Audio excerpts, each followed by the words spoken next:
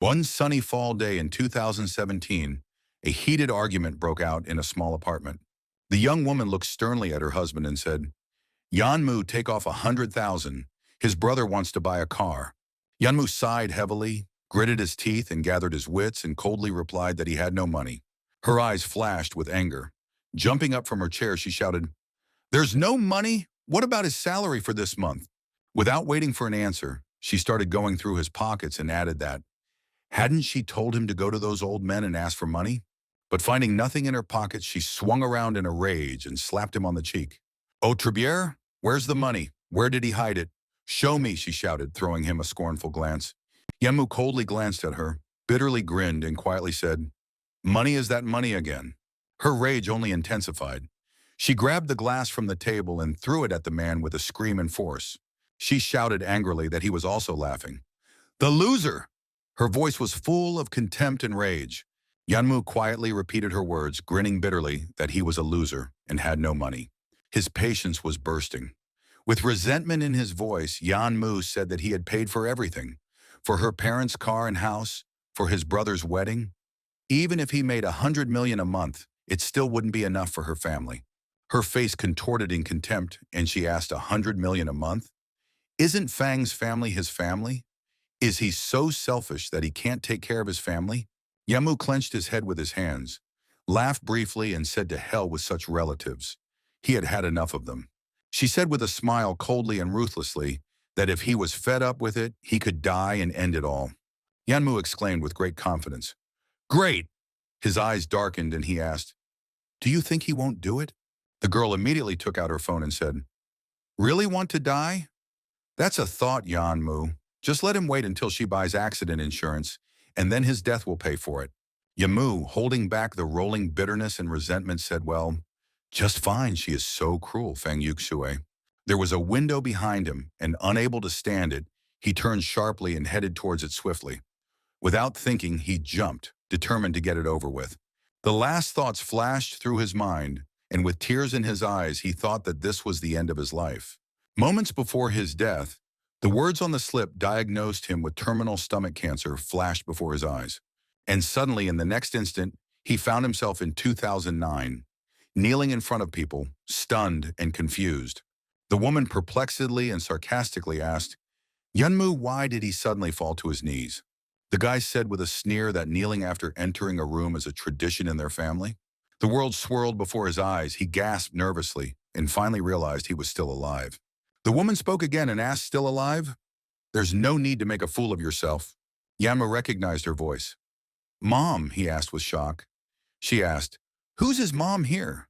If he added 400,000 to the bride price, only then would she agree for him to call her mother. He began to slowly realize everything and shocked, he asked, Did she just say ransom? And then he realized that he had gone back 8 years to the time when he proposed to Fang Yuxue. The woman demanded that he add 400,000. What is there to think about? Yamu got up from his knees and said with cold certainty that he had thought it over. He recalled to himself that in his past life, he had fallen into the Fang bloodsucker family. With a sly smile, he said he would. The woman shone with joy and asked again, Do you agree? Remembering all the suffering, he firmly resolved not to repeat past mistakes. He exclaimed, I don't fucking agree. The woman's face contorted with rage and she asked, What did he say, brat? Her daughter isn't worth $1 million? Yanmu looked at her contemptuously and asked her if she had a hearing problem or a head problem. He won't pay a penny for the bride. Fang Yuxu abruptly stood up, her face distorted with anger. And with indignation she exclaimed, Yanmu, how could he do that? Approaching her with a confident stride, Yanmu, without showing any emotion, asked with cold determination, How could he?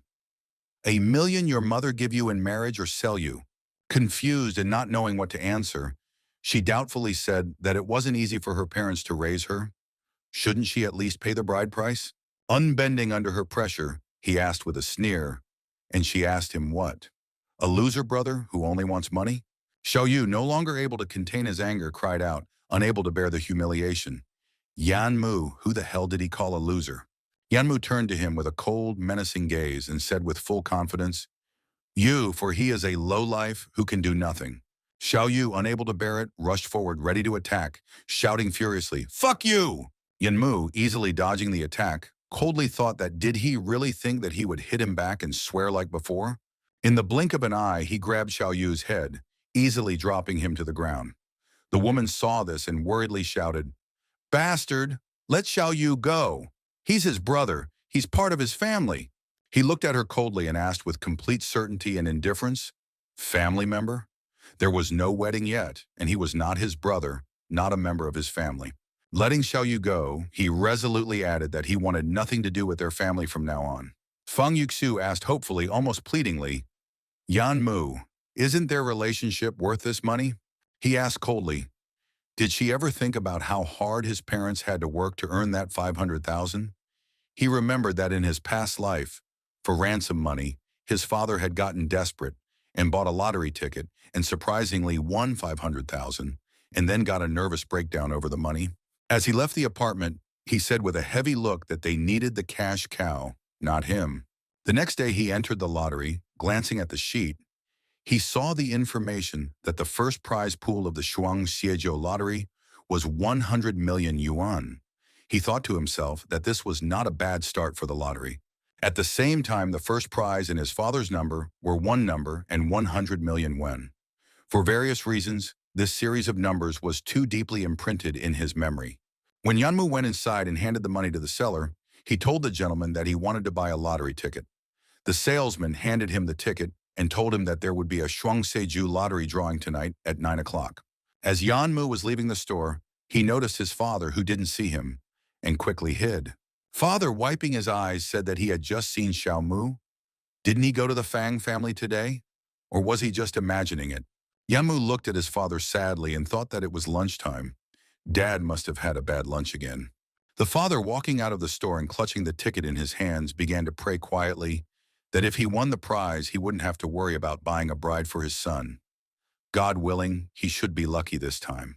Yamu looked resolutely at his father and said with full confidence that starting from today, he would not let him and Mom suffer. Suddenly, a message popped up in his mind. Congratulations on binding the Moon I God system. The task is to get 100 million assets and own your own enterprise. The completion time is 24 hours. 21 hours left until the end of the task. Take the task responsibly, otherwise he will lose his life. Yanmu dumbfoundedly exclaimed, "What kind of system is this, and what does it want from him?" Walking home and looking at his hand where the eye seal was, he said with bewilderment that this system said he only had 21 hours left. They're kidding. He's just been reborn after all. Suddenly, a girl's voice came out and said, "What are they doing? Take your hands off." Yanmu instantly recognized this voice and thought, "This voice, it's Meng Yao." He quickly climbing the stairs exclaimed, worriedly, "Meng Yao, what's wrong?" He remembered how he and Meng Yao had been friends since they were kids, and she was like a little sister to him. In the past life, Meng Yao's mom lost 500,000 in mahjong, and Meng Yao temporarily lived with him. Then he was at Fang's house and didn't answer Meng Yao's call. And then he found out that they couldn't pay their debt and were killed by their creditors. In this life, he must protect her. Meanwhile, the man lifted the girl's hands and started groping her. His touch was disgusting. He said vilely, "Keep screaming. He will look at the person who comes to save her." The man standing next to him asked, "Who does he want to call? Yan Mu?" Suddenly, Yan Mu swiftly appeared from around the corner. His movements were lightning fast, and without delay, he gave the men a series of precise blows and told them to let her go. The girl could not contain her emotions and rushed to Yan Mu in a hug and said with genuine relief, "Brother Yan Mu!" He did not hide his excitement and asked Meng Yao, "Is she all right?" One of the men cried out with fury in his eyes, "Fuck! What son of a bitch dared to hit him?" The second man, who was clearly going to attack from behind, asked with a threat in his voice, "Is he fed up with life? He would kill him with his Wuji Celestial." The girl, noticing the danger, warned his brother, Yan Mu, "Watch out." Yan Mu easily intercepted his hand and said, "They are just kung fu amateurs, still dares to use Wuji?" The man, who felt a sharp pain, said, "It hurts. Let go." The man pulled out a knife and threateningly shouted, "The bastard, he hurt his brother, and now he's going to die for it." Yanmu, letting go of the captured man, calmly asked that they came for the money, right? If they make even a step in this direction, they will never get it. The man, hearing his threats, asked if he had any money. Another man decided to reflect and said that on the face of it, he was poor. But wasn't the boss desperate for money? The man holding a knife, threatening, asked that he had any idea how much they were owed. $500,000 does he have that kind of money? Yanmu replied confidently that 3 days, and he would guarantee them $500,000. In response, the man said, "Fine, include his brother's medical bills, plus 100,000. The second man squeezed the judgmental man's hand and said, "What the fuck is this crazy power?" The man added with a threat that if the money was not there by then, he would make this girl repay the debt. Yemu replied with icy calmness that he would bring the money in 3 days, but they would have to beg forgiveness on their knees in front of her. The man said, "Fine, their boss is the director of Fuda real estate company. If they don't bring the money, he will personally rip off his legs." The system said the key word in this mission is Fuda company. 20 hours left in the mission. Warning, the host body will experience unfavorable symptoms. Yanmu thought, Fuda real estate company? Is this the company that went bankrupt? Did he wonder if his life was defined by life points? It is too obscure. It is just virtual points. Mengyao said, "Brother Yanmu, it's all her fault. They can find her wherever she goes." She also dragged him into it. He gently stroked her head and said, "Mengyao, don't worry. Money is not a problem.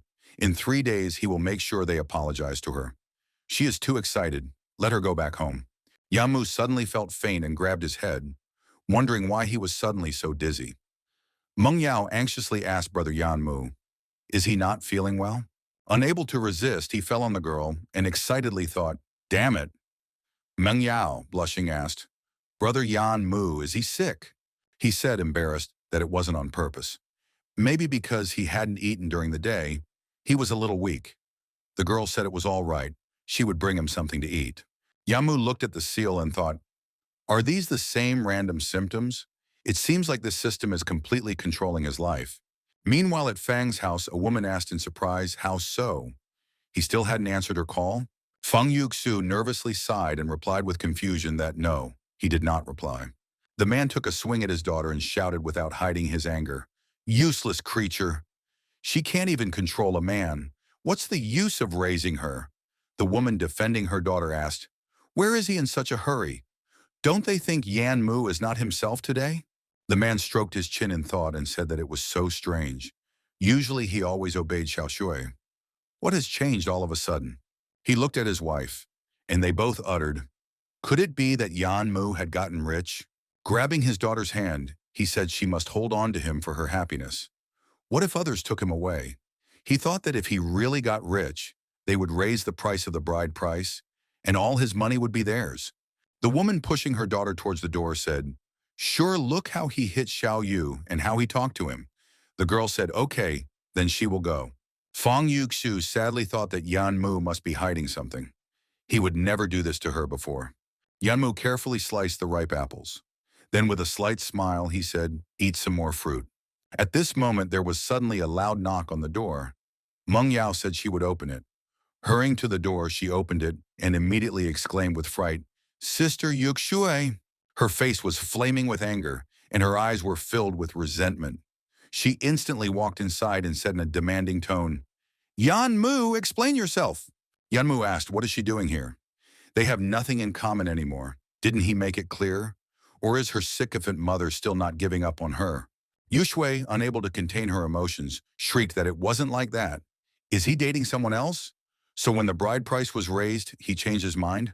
Yamu, slightly annoyed by her rebuke, coldly replied that there was simply nothing between us anymore. Considering that they had been dating for so long, he would advise her to leave her home as soon as possible. Perhaps she can still live freely.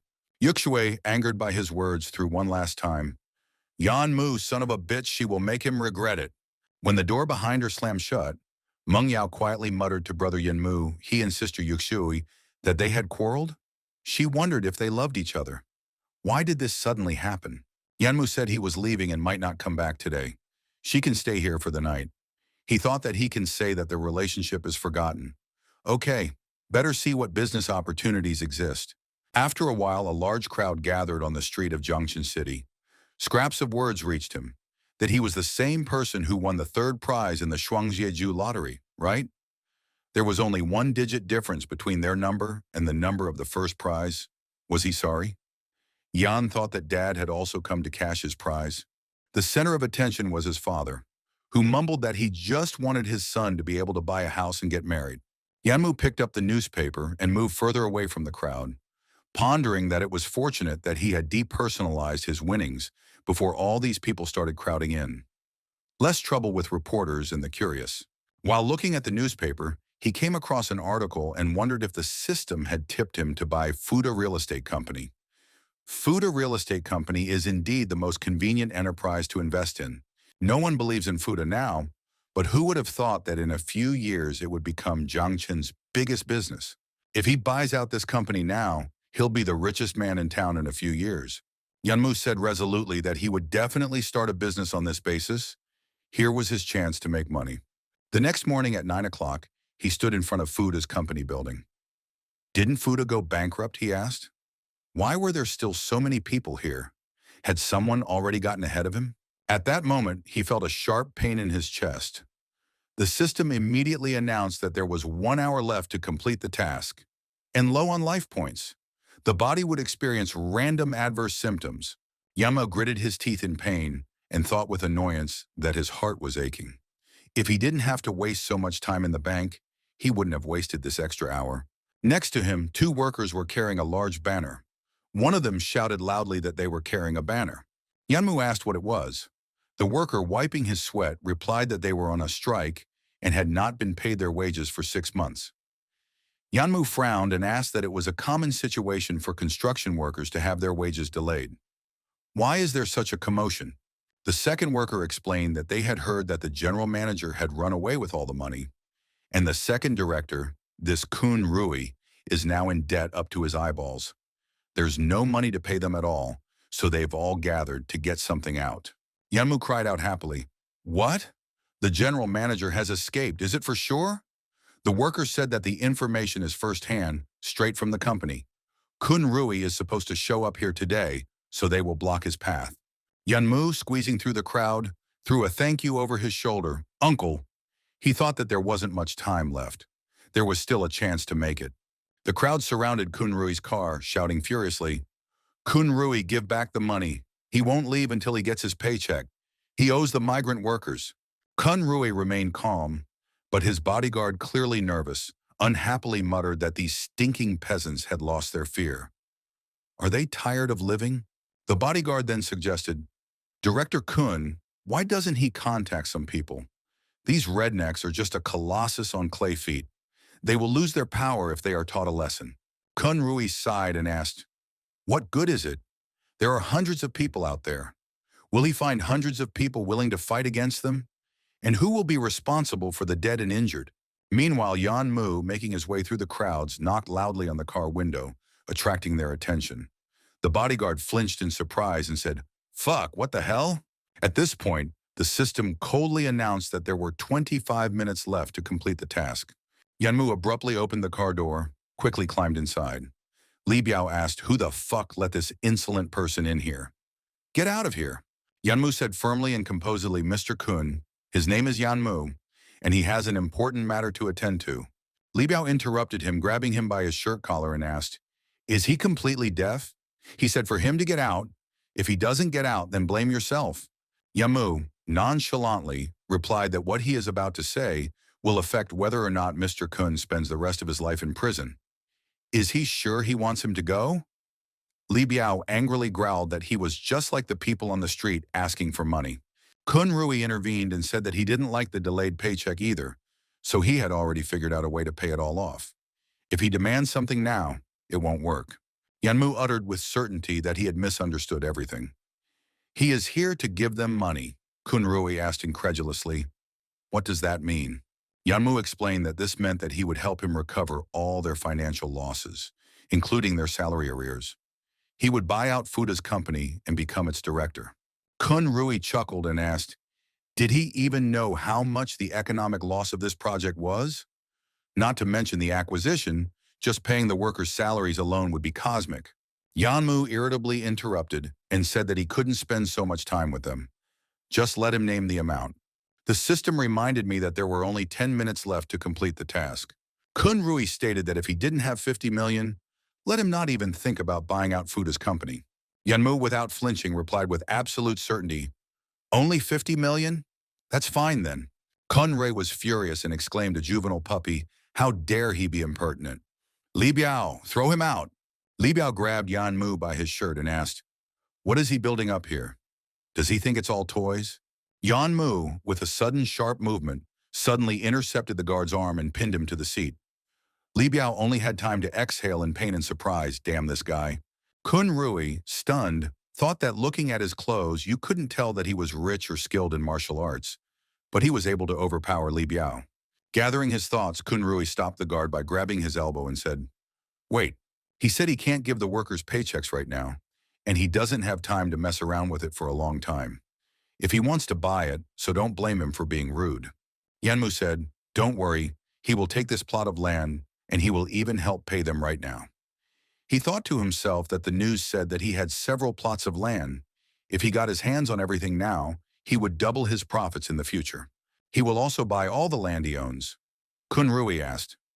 He wasn't here to joke around? He thought that if he gave in to his emotions, he might lose all the plots of land. But if he can buy everything, it will be a big relief. Yamu confidently asked, "Mr. Kun, does it look like he is joking?" Without further ado, set a price. The system reminded again that there were only 5 minutes left to complete the task. Kun Rui, shocked, asked, "Is he serious?" Li Biao thought that this guy doesn't know that the price of land in this area is very high, but still willing to buy it at a high price. Isn't this crazy? The system message has sounded again with 3 minutes remaining until the end of the mission. The host will begin disabling 5 senses due to the penalty. If the mission is not completed, the host will die. Experiencing intense pain, Yanmu struggled to ask, "Well?" He thought, "The hell with it, with death." Kun Rui has huge debts and he can wait to get out of them. He has to buy Fuda out. Kun Rui said, 20 million. If only he can find 20 million, this piece of land he will immediately hand over to him. At this moment, Yanmu thought about what he said and why he couldn't hear anything. Had he lost his hearing? With difficulty, he hurriedly said, "Yes, go straight to the registration." Yanmu followed Kun Rui's lips and gestures and realized that he had agreed to the 20 million. Kun Rui ordered and said, "Li Biao, take care of the formalities with Mr. Yan." A system message sounded that 10 seconds remained until the end of the mission. The host's life force is slowly depleting. Yamu thought, his vision is also disappearing. There are 10 seconds left. He should be able to sign this contract in time. He hurriedly paid with his card, and the app confirmed the successful transaction. Yanmu heaved a sigh of relief and thought that the system didn't say the time had expired, so he had made it in time. But why does it seem like his strength is leaving him? His life had just begun. How could he die again? The system has announced, congratulate the host on the end of the starting task. Received rewards 10 life points. Additional bonus survival points 3. Unlock the first level of the trading system. Yanmu thought happily, it's gone. Life points are earned based on income, investments, and rewards for completing tasks. Survival costs 1 life point per day, and life points are used to buy items from the system store. Just then, a rock flew into the car, and someone's voice outside yelled that if they didn't get paid today, they wouldn't go anywhere. Kun Rui shouted, "Li Biao, don't let him leave. Where will they look for him later?" The bodyguard Li Biao worriedly asked, "Mr. Kun, he is not hurt, is he? What should do next? Why doesn't he contact people to come and relieve them?" Kun Rui, after casting a quick glance at Yanmu, turned to him and, still worried, asked if he could see it. Yanmu calmly replied that since the money had already arrived, they could just send them their paychecks directly. He thought that his body was slowly recovering, and right now, he only had 13 life points, which meant that he had 13 days left. He needs to find a way to get life points. Kun Rui ordered and said, "Do as Mr. Yan said. Tell the people outside that they will be paid tonight." Li Biao nodded, briefly answering well. Leaning out of the car window, Li Biao picked up the loudspeaker and loudly announced to everyone, "Pay attention. Go back to your homes. The boss said that the wages will be paid tonight." The workers were whispering, weren't they? "It's been delayed for 6 months. Are they going to pay all the wages today? Okay, let's give it one last chance. They can't avoid it anyway. Let's split up and come back tonight. Li Biao reports that everyone has dispersed, Mr. Kun. What now? Kun Rui replied that they would now go back to the office and invite Mr. Yan to see the plans. In Fuda's office, Kun Rui unfolded a large map in front of Yan Mu, and pointing out the details said that this was their planning book. Yan Mu circled a few areas on the map and said that he didn't need this planning book. Let the area here be empty for now. Don't build any buildings or move anything. Then again, pointing to the plot, said that it was important to buy these plots of land and also to buy this one. Kun Rui worriedly said that this piece of land in the east of the city is too remote. Although it is cheap, it has no value. Roughly speaking, no one even wants this piece of land for free.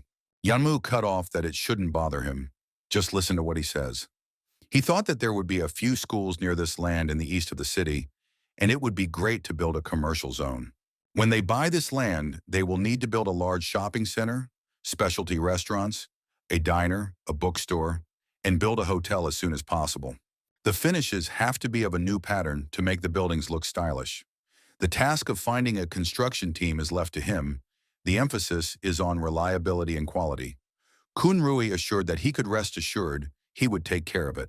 Yamu put his hand on Kun Rui's shoulder and said, "Do what he tells him, and he won't treat him badly. It's just worth trusting his decisions." Kun Rui added that there will be an investment meeting at Jinping Hotel tonight, and there will be many interesting projects there. If he is interested, he can accompany him there. Yanmu was interested in the investment meeting. He thought that life points were accrued from his income and investment. If he could successfully invest, he would get a lot of life points. In the evening in Jinping Hotels approaching the front desk, Yanmu asked the question, "Hello, on which floor is the investment meeting today?" Suddenly he heard someone nearby mention Madame Fang's name and abruptly turned around. Seeing a familiar face, he thought in amazement, "Fang Yuxue, what is she doing here?" Some man turned to Fang Yuxue and said that the last time he had seen her was 3 months ago. He didn't expect Mrs. Fang to become even more beautiful. Fang Yuxue thought to herself that if Yan Mu had just given the bride price to her parents, she wouldn't have had to entertain this stinking man. The man nudging Fang Yuxue asked, "How could she think of anything when he was here? He will help her." At that moment their gazes met, and a tense silence hung between them. The man watching this scene thought with a slight suspicion, could it be that this guy and her are old acquaintances? Yamu, holding back his emotions, thought that he had only broken up with her a few days ago, and she was already dressed so openly and accompanying another man. Okay, it's none of his business. At this moment, walking past, a man grazed Yanmu's shoulder with deliberate rudeness. Yanmu, frowning his eyebrows and trying to understand what was going on, calmly asked, "What was he doing?" The man asked irritably, "What is he doing? He is the one standing in the middle of the road, blocking other people's way." He then rudely poked his finger at Yan Mong and sarcastically added, "You know what kind of place this is? This is no place for someone as poor as him." Yan Mu, ignoring his aggression, asked the girl a question. "Is she the one who chose what to wear?" The man, embarrassed, blurted out, "How dare he ignore him? He doesn't even know who he is. And how dare he indulge the girl right in front of him?" Yanmu looked intently at the girl and asked her a direct question. "What kind of relationship do they have with him?" The girl, with a cold and detached expression, replied briefly that it was none of his business. The man, satisfied with her answer, exclaimed with a sneer in his voice that he could only dream of such a beauty. They walked away. Yan Mu, while seeing them off with a glance, a bitter thought flashed through his mind that he thought that Fang Yuxue was originally a simple and kind girl. Looks like he was wrong about her. He clenched his fists in frustration and thought it didn't matter, because they were already broken up. It was all in the past. With these thoughts, he went to the 11th floor of the hotel where the investment meeting was to be held.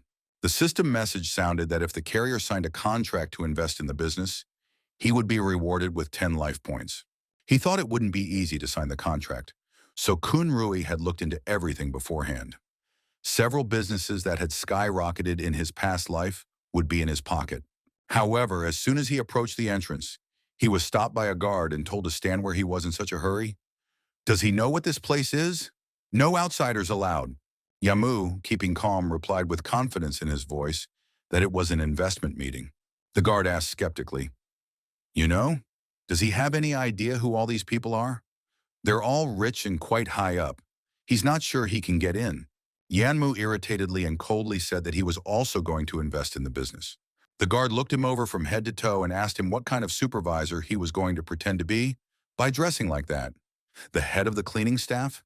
There is no cleaning service here. He should get back to his business.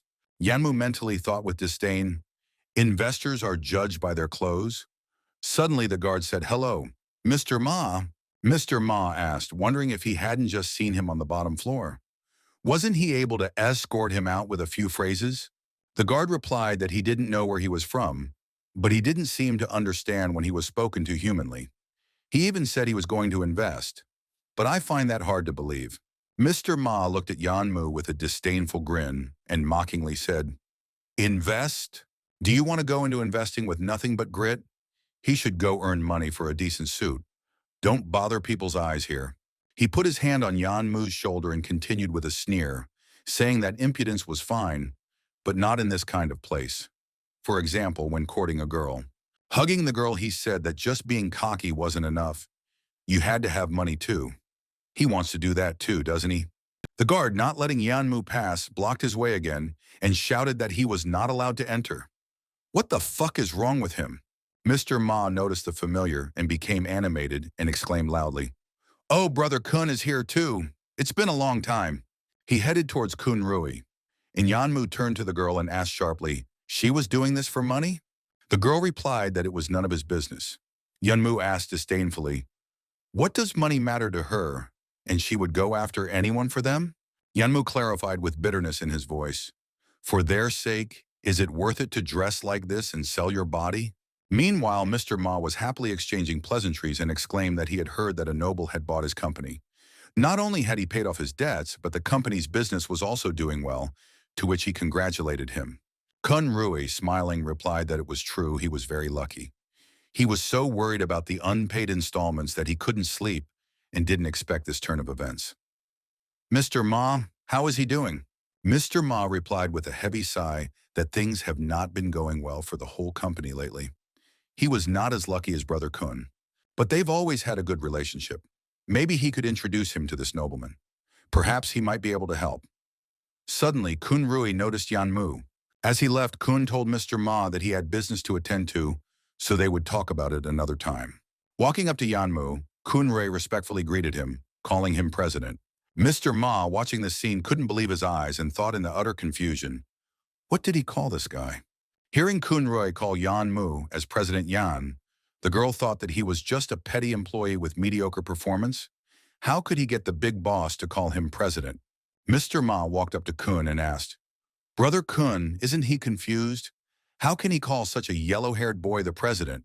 Kun Rui replied, Mr. Ma, you can't judge a book by its cover. President Yan is now the head of the Fuda company. Ma, stunned, asked that he was the person who bought his company. Kun Rui confirmed, yes, it was President Yan of their company. Ma immediately went to Yanmu and told him not to take his words to heart. He did not know what his position was, so he thinks that a high-ranking person forgives the mistakes of people below him. Don't he be angry? Yanmu, ignoring his apology, said Mr. Kun, let's not waste time and come in soon. Ma, without giving up hope, continued that today's situation was his fault, and if he needs to do something, just let him say it directly, and he promises to do it for him.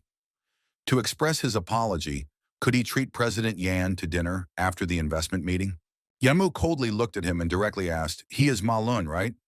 Ma Lun cheerfully said, yes. But instead of pleasantries, Yanmu threw coldly and sharply for him to roll out of here. Ma Lun gritted his teeth and mentally scolded, what a bastard, too arrogant. Thinks he's so important with a few pennies? He'll see what he'll do to him. At the investment meeting, Kun Rui asked Yanmu if he had a specific goal for this meeting. Yanmu replied that not yet, it was better to look around first. He thought that the first few companies he thought of had already recruited people, so there didn't seem to be much of a chance. Noticing Xingyun Corporation on the card, Yanmu was surprised and said that he didn't expect to meet a leading internet enterprise from his past life. But now it's still a small company, it's surprising that no one is interested in it. A man came up to Yanmu and handed over his business card and said that their Xingyun Corporation mainly deals with internet products and wireless routers. This is his business card. Looking at the business card, Yan Mu thought Zhang Pengyue, the founder of the company himself, is bowing out to attract investors. It seems that his success is not unfounded. Kun Rui, watching this, quietly remarked that routers are something that used to be manufactured overseas, and they probably don't have a big market domestically. Other investors started discussing that this is true. Routers are now very advanced and therefore may not be affordable for domestic manufacturers, and with such capital, they can successfully invest in computer hardware. Another added that in their time, the internet is not that expensive. If people can afford to use it without a router, what is the point of paying for it? Zhang Pengyu tried to defend his company and said that he knows they are not too optimistic about the prospects of routers, but believe it. This is only the early stage of the internet era. In a few years, wireless network will quickly take over the market. Other investors continued that only a fool would invest in a product with such dim prospects. Another said that such a small business was too unskilled. How did they even get here? Suddenly, a voice sounded, investing. It was Yan Mu. He calmly added that he was willing to invest 15 million in their company. Kun Rui, flabbergasted, tried to stop his boss and said that he was too hasty in his decisions. Think it over again. Zhang Peng, hardly believing his ears, excitedly interjected that he had said he was going to invest 15 million in the company. Yanmu confidently replied that he heard him correctly. He was very optimistic about their company. Although Xingyun Corporation does not show itself properly, but it will happen later, along with the development of the internet. He believes that Xingyun Corporation has a brilliant future ahead of it, Yanmu said confidently. Zhang Peng enthusiastically supported him, loudly exclaiming that he was right. But suddenly the silence was broken by a harsh voice that said that this was nonsense. It was Mr. Ma Dun, he said. Don't listen, it's nonsense. He doesn't know anything, he's just bragging. It's his first time here, and he's already so cocky. One of the people here asked Mr. Ma, does he know him? Ma Dong snorted disdainfully and asked, no. Just hearing his name makes one feel like one's ears are in mud. Is this piece of shit worthy of his familiarity? Kun Rui, with a threat in his voice, said that they were all colleagues, so he didn't want to say too much. But he'd better not talk nonsense. Ma Dong threw in a grin, right? If Kun hadn't mentioned it, he would have forgotten about it. He said that everyone knew that they belonged to the Luntan company. Kun Rui went into debt and deliberately owed the workers wages. He wanted to take the subsidiary company to cash out its money, take it for himself, and then leave Jiangchen. One of the men gasped, how could this be? So Kun Rui and Yan Mu are the same species, so Yan Mu is not far behind. Ma Dong with satisfaction said, Kun Rui, if he had been smarter, he wouldn't have become his hound dog. Kun Rui was about to lunge at Ma Dun, but at this moment, Yan Mu calmly put his hand on his shoulder, stopping him, and asked that he was sure he didn't have 15 million to invest. Ma Dong, with disdain, exclaimed that he was always sure he was right, especially in front of a piece of shit like him. He thought that he hadn't heard of a rich guy named Yan Mu, and that he supposedly bought Fuda's company. How much money did he have left? Yan Mu confidently suggested that in that case, how about making a bet? I bet he can invest 15 million in Xingyun right now. He bets the entire Fuda company. Ma Dong declared that he definitely didn't have the money to invest in Xingyun. He would damn well lose this bet. Yamu said that if he loses, he will kneel down and admit his mistake to him publicly and slap himself 3 times. About Fuda's company, he had already said so. If he loses, he will do the same, okay? Ma Dong thought that he definitely didn't have the money to invest in Xingyun Corporation. But in everything, there was always a chance of losing. His credibility and reputation might suffer. Seeing Ma Dong's doubts, Yan Mu challengingly and with a smirk added, what are you afraid of losing? Tang Ning, a young gentleman of the influential Tang family, came out of the crowd and said that everyone had waited here for half a day to see a good show. He can't ruin everyone's fun in a split second. Ma Dong, surprised, politely asked, young Master Tang, what brings him here? Yamu noted to himself that the source materials for Xingyun Corporation had been bought from the Tang family in his past life. If he could get to know him better, it would be beneficial to Xingyun's development in the future. Tang Ning told them to ignore him. Ma Dong exclaimed that young Master Tan was joking. They were just having fun and didn't plan to put anything on the line, and made him think that there was something going on here. Tang Ning replied with undisguised irritation that it wasn't interesting that way. It's hard to stumble upon anything curious tonight, and when he came, it ended abruptly. Is there some kind of problem with him? Madong, getting nervous, mumbled that he had misunderstood. He couldn't help but admire him, and how could he have a problem with him? They had just made a bet. Kun Rui worriedly told him to think again. Is it really necessary to make this bet with Ma Dun? Yanmu, rummaging through his pockets, muttered, Of course it is necessary. Where is his card? Fong Yuxu came out of the crowd and said that she advised him not to disgrace himself here and hurry up and leave. She thought that it was a joke that Yan Mu had gotten rich. Besides, Ma Dong had stopped him at the entrance. Ma Dong, grabbing Fang Yuxu, asked, Miss Fang, do you see? This loser who is only bragging can to be relied upon. Things have gotten to the point where he still refuses to admit defeat. Stop pretending that he has money. Yanmu finally found the map. He walked over to Zhang Peng and held it out and said that being a human is the same as being in business. The most important thing is honesty. He has money, and if he agrees to let him invest in his business, he can transfer the money right now. Zhang Peng got excited and said, Great, he agrees to cooperate. He will get the terminal now. He thought that this young man is dressed simply, but his decisions are firm and reliable. He is trustworthy. Madong suddenly snatched the card out of Yanmu's hands and loudly declared that he had overplayed his hand. Gentlemen, a person who has 15 million in his account is going to use a regular bank card? It's just a scam. Others supported him and said that if there were tens of millions on the card, he would have become a VIP client of the bank long ago. Why is he using this ordinary card?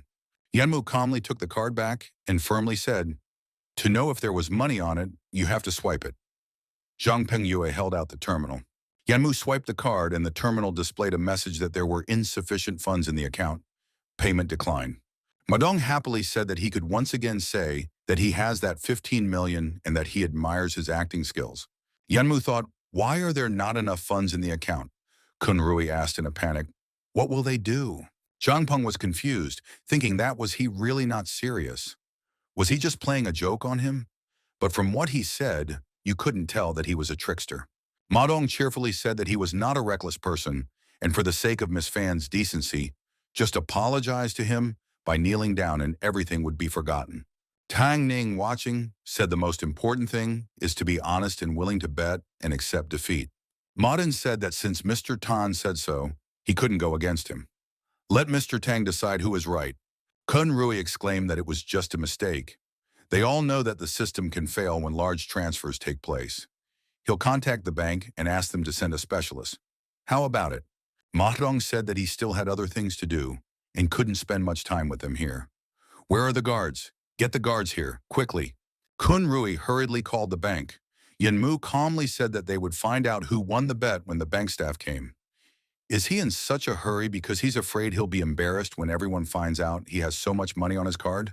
Ma Dong exclaimed loudly that he was the president of the company and he wasn't afraid of some kid like him. The guards approached, asking Mr. Ma, what happened? Ma Dong, pointing at Yanmu, commanded, surround him. He will give him one last chance. If he doesn't kneel down and admit his mistake, he will beat him until he confesses. Yanmu seriously replied that it was a little early for that. Besides, he hadn't lost to him, so why should he kneel down? He thought, did he really think that he would be so easily intimidated? Ma Dong ordered that he be pressed to the ground, forced to kneel down and admit his mistake. Li Biao, standing next to Yan Mu, declared that no one would dare to touch President Yan. He thought that he could fight the two alone, but it would be difficult to deal with 5 or 6 people. Suddenly, Yan Mu abruptly jumped up and in a lightning-fast movement, immobilized the 3 guards. Li Biao, stunned by such speed, exhaled, Damn, what is this? Ma Dong, with disdain in his voice, bellowed, How dare he resist? He is incapable of doing anything other than just sniffing his nose. Fong Yuxu, amazed by what she saw, thought to herself, when did he learn to fight like that? Tang Ning, unable to believe his eyes, mumbled that he had killed the guards before he could even blink his eyes. Appearances can be very deceiving. Someone announced to calm down everyone. Have Mr. Kun call in a specialist. Ma Dong, trying to save face, said he still had business to attend to, and the arrival of a bank employee would not change anything. Tang Ning stopped him and asked him to wait along with everyone else. It would only take a few minutes. His loss would only be recognized after a thorough inspection. Ma Dong grudgingly frowned and muttered that since Mr. Tang was asking for it, it was fine. But if it turned out that he had been lying all this time, he would personally finish him off. The specialist, after examining the bank card, asked Mr. His funds exceed 50 million? Ma Dong, stunned, countered that there was nothing in the account. How could there be 50 million? Yanmu confirmed. The specialist said that the thing is that a bank card can be frozen if there are too many funds on it. According to the rules, just need to unfreeze the account, and then they will restore service to his card. Ma Dong, in complete shock and bewilderment, could barely contain his emotions and exclaimed, "How could this be possible?" Yamu added, "Can he do the translation right now?" Ma Dong, suspecting something wrong, asked how much he paid for this show. How could he have 50 million? The specialist, holding out his business card, replied that his phone number and mail were on it. He would give him his work number, and he could call and clarify if he had any doubts. The specialist handed him the card and said that his card had already been unfrozen, and when he had free time, he could come to the bank and order a gold card. One of the people present added that he has a friend who is not poor, so he also uses a gold card. Ma Dong roared, "This is not fair. If he doesn't invest in Xin Yun right now, he loses the bet." Yanmu, holding the card in his hand, calmly asked, "What is it that he still can't settle down?" He swiped the card on the terminal, and Kun Rui exclaimed, "President Yan, the transfer was successful." Kun Rui, not hiding his joy with obvious relief and satisfaction, asked, "Ma Dong still has something to say?" Ma Dong, confused, mumbled that they wanted to humiliate him and that they cheated. "He can't kneel. Real men don't kneel." Tang Ning knocked Ma Dong off his feet with a lightning-fast punch, and he sank to his knees. He asked what he was doing. Tang sternly asked, "Didn't he lose?" "One must admit one's mistakes. Let him do as agreed. Don't waste time." He kept hitting Ma Dong on the back. Ma Dong, slapping himself on his cheeks, howled that he was a blind dog and didn't see who was in front of him. He shouldn't have messed with him. Please forgive him. Yamu clarified that he was sure he hadn't forgotten anything. Ma Dong replied that he hadn't forgotten anything. He kneeled down to apologize and got slapped. All is told. Yanmu asked, "What about the truth about Fuda Company? Or is he going to put all the blame on Mr. Kun?" Mr. Kun cheerfully exclaimed, "Thank you, President Yan." Ma Dong, disgraced, confessed that Fuda had been bought and he was jealous of Mr. Kun's good fortune, so he was babbling nonsense. Everyone around them whispered, which means that's how it really is. As Ma Dong ran away, he angrily hissed to himself that he would not forget this. He would take revenge on him. The people around him condemnedly said that this Ma Dong was a real liar. Whoever does business with him will fall into a deep pit. Peng Yu exclaimed, "Thank you, President Yan, for investing in their Xinyan Corporation. They won't let him down." Yamu shook Tang's hand and said thank you for everything, and if he needed anything, let him contact him. Fang Yuxue wondered, did he really get rich? If it wasn't for his refusal, she wouldn't be standing here. The conversation with her mother yesterday came to her mind.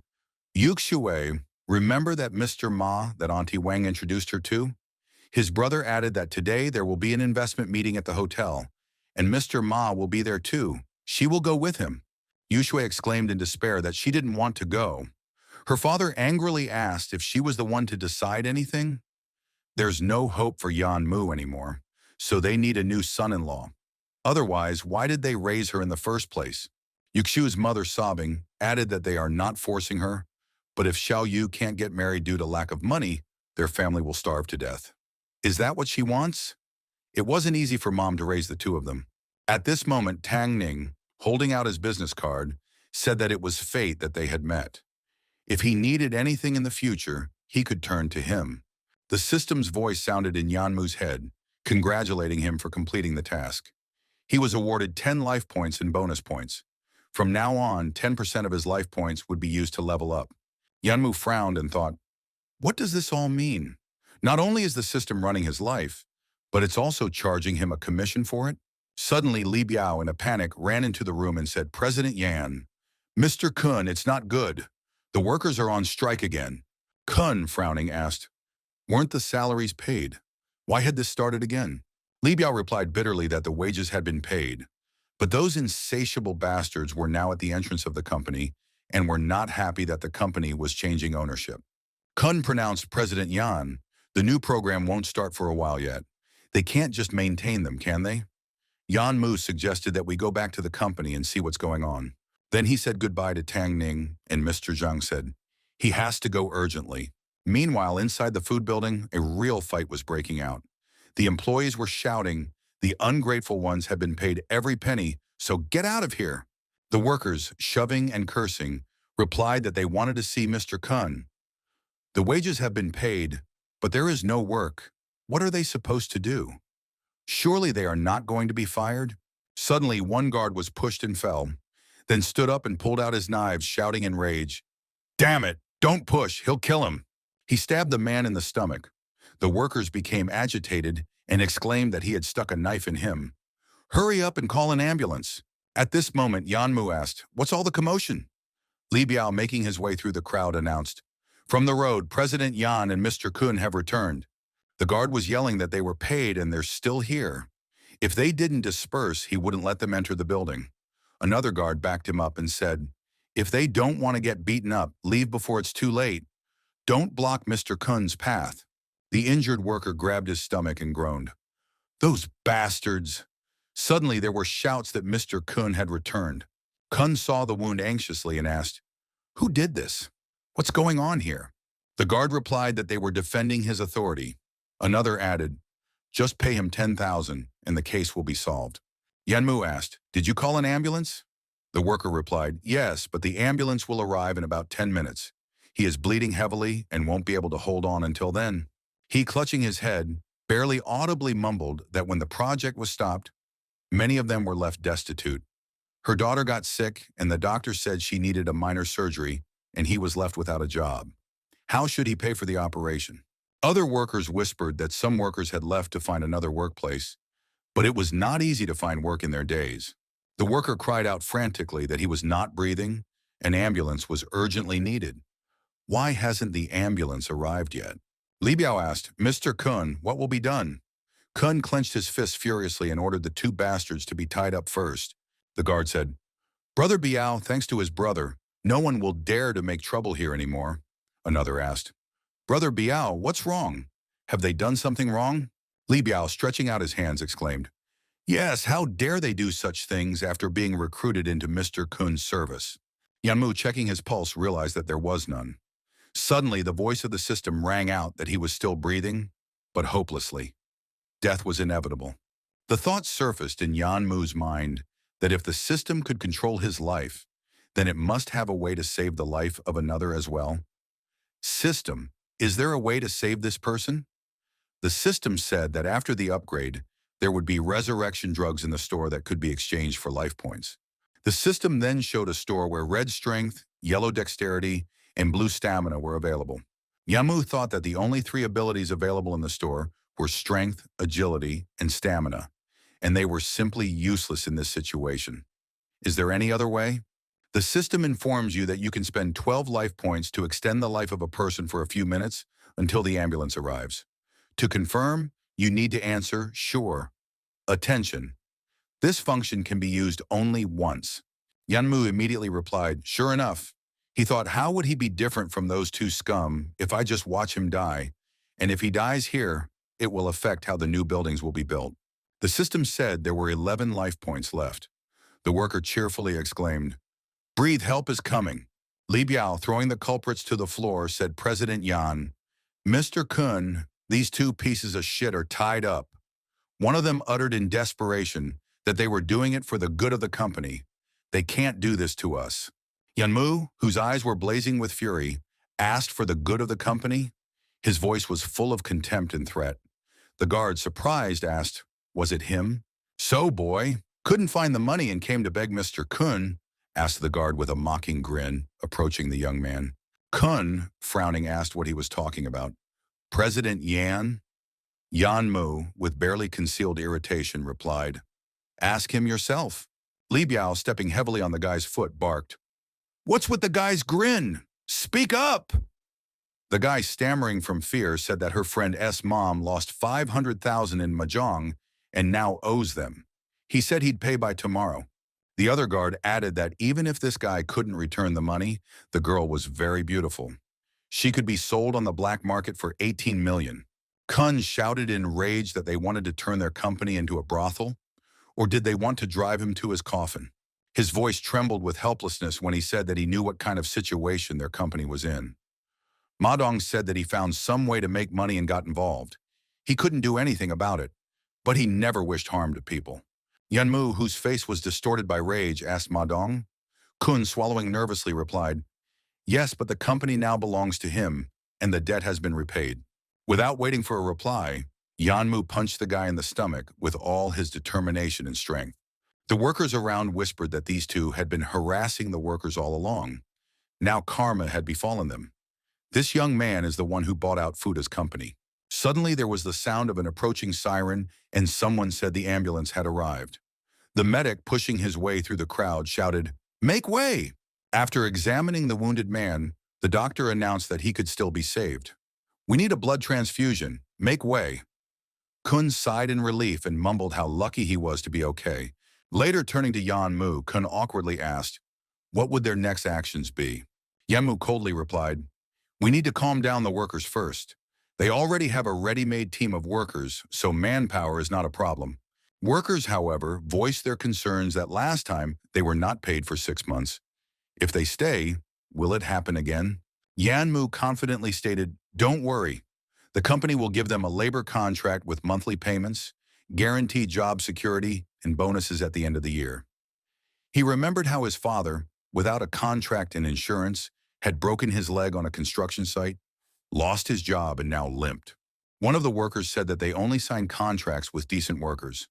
If they don't fulfill the conditions, they are fined, and the case is referred to the Public Security Department. Another added that, if this is the case, they can't fool them? Li Biao said doubtfully. This was the first time he had heard of ordinary workers being signed into contracts. Under such circumstances, the company would collapse sooner or later. Yamu calmly replied that without it, the company would come to an end much faster. Li Biao added that he has money and talent, but you can't do something so reckless. Look at the company he invested in today. Now this one, is he in over his head?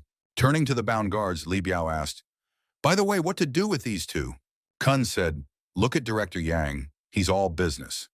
We need to preserve the company's reputation. We can't let this incident be known." Yanmu said there are more workers injured today. The company should cover their medical expenses and make sure it doesn't happen again. Kun assured and confidently said he would see to it. He promises there will be no problems. Yamu nodded and said, "Okay," then he's leaving. Kun ordered Li Biao to take the master home. Yamu refused and said there was no need, he would walk home by himself. Kun looked at him and said he was a very determined guy, better than him in many ways. Wait till he shows himself. He'll definitely change his mind about him. Just trust me. Walking up to his house, Yanmu thought to himself, had Mom and Dad already returned? Opening the door, he saw Meng Yao. She asked, "Yanmu's brother? Why did he come back so late?" He replied that the company had some problems that needed to be fixed, so he was late. Meng Yao, looking at him intently, said that she had noticed that he had started working twice as hard. "Is it because he's going to marry Yu Shui and wants to get rich?" Yanmu stroked Meng Yao's head affectionately and said, "Don't talk nonsense. He would take her somewhere tomorrow." He thought to himself that Meng Yao's dream was to live in a big house. Now, finally, he would finally be able to realize that dream.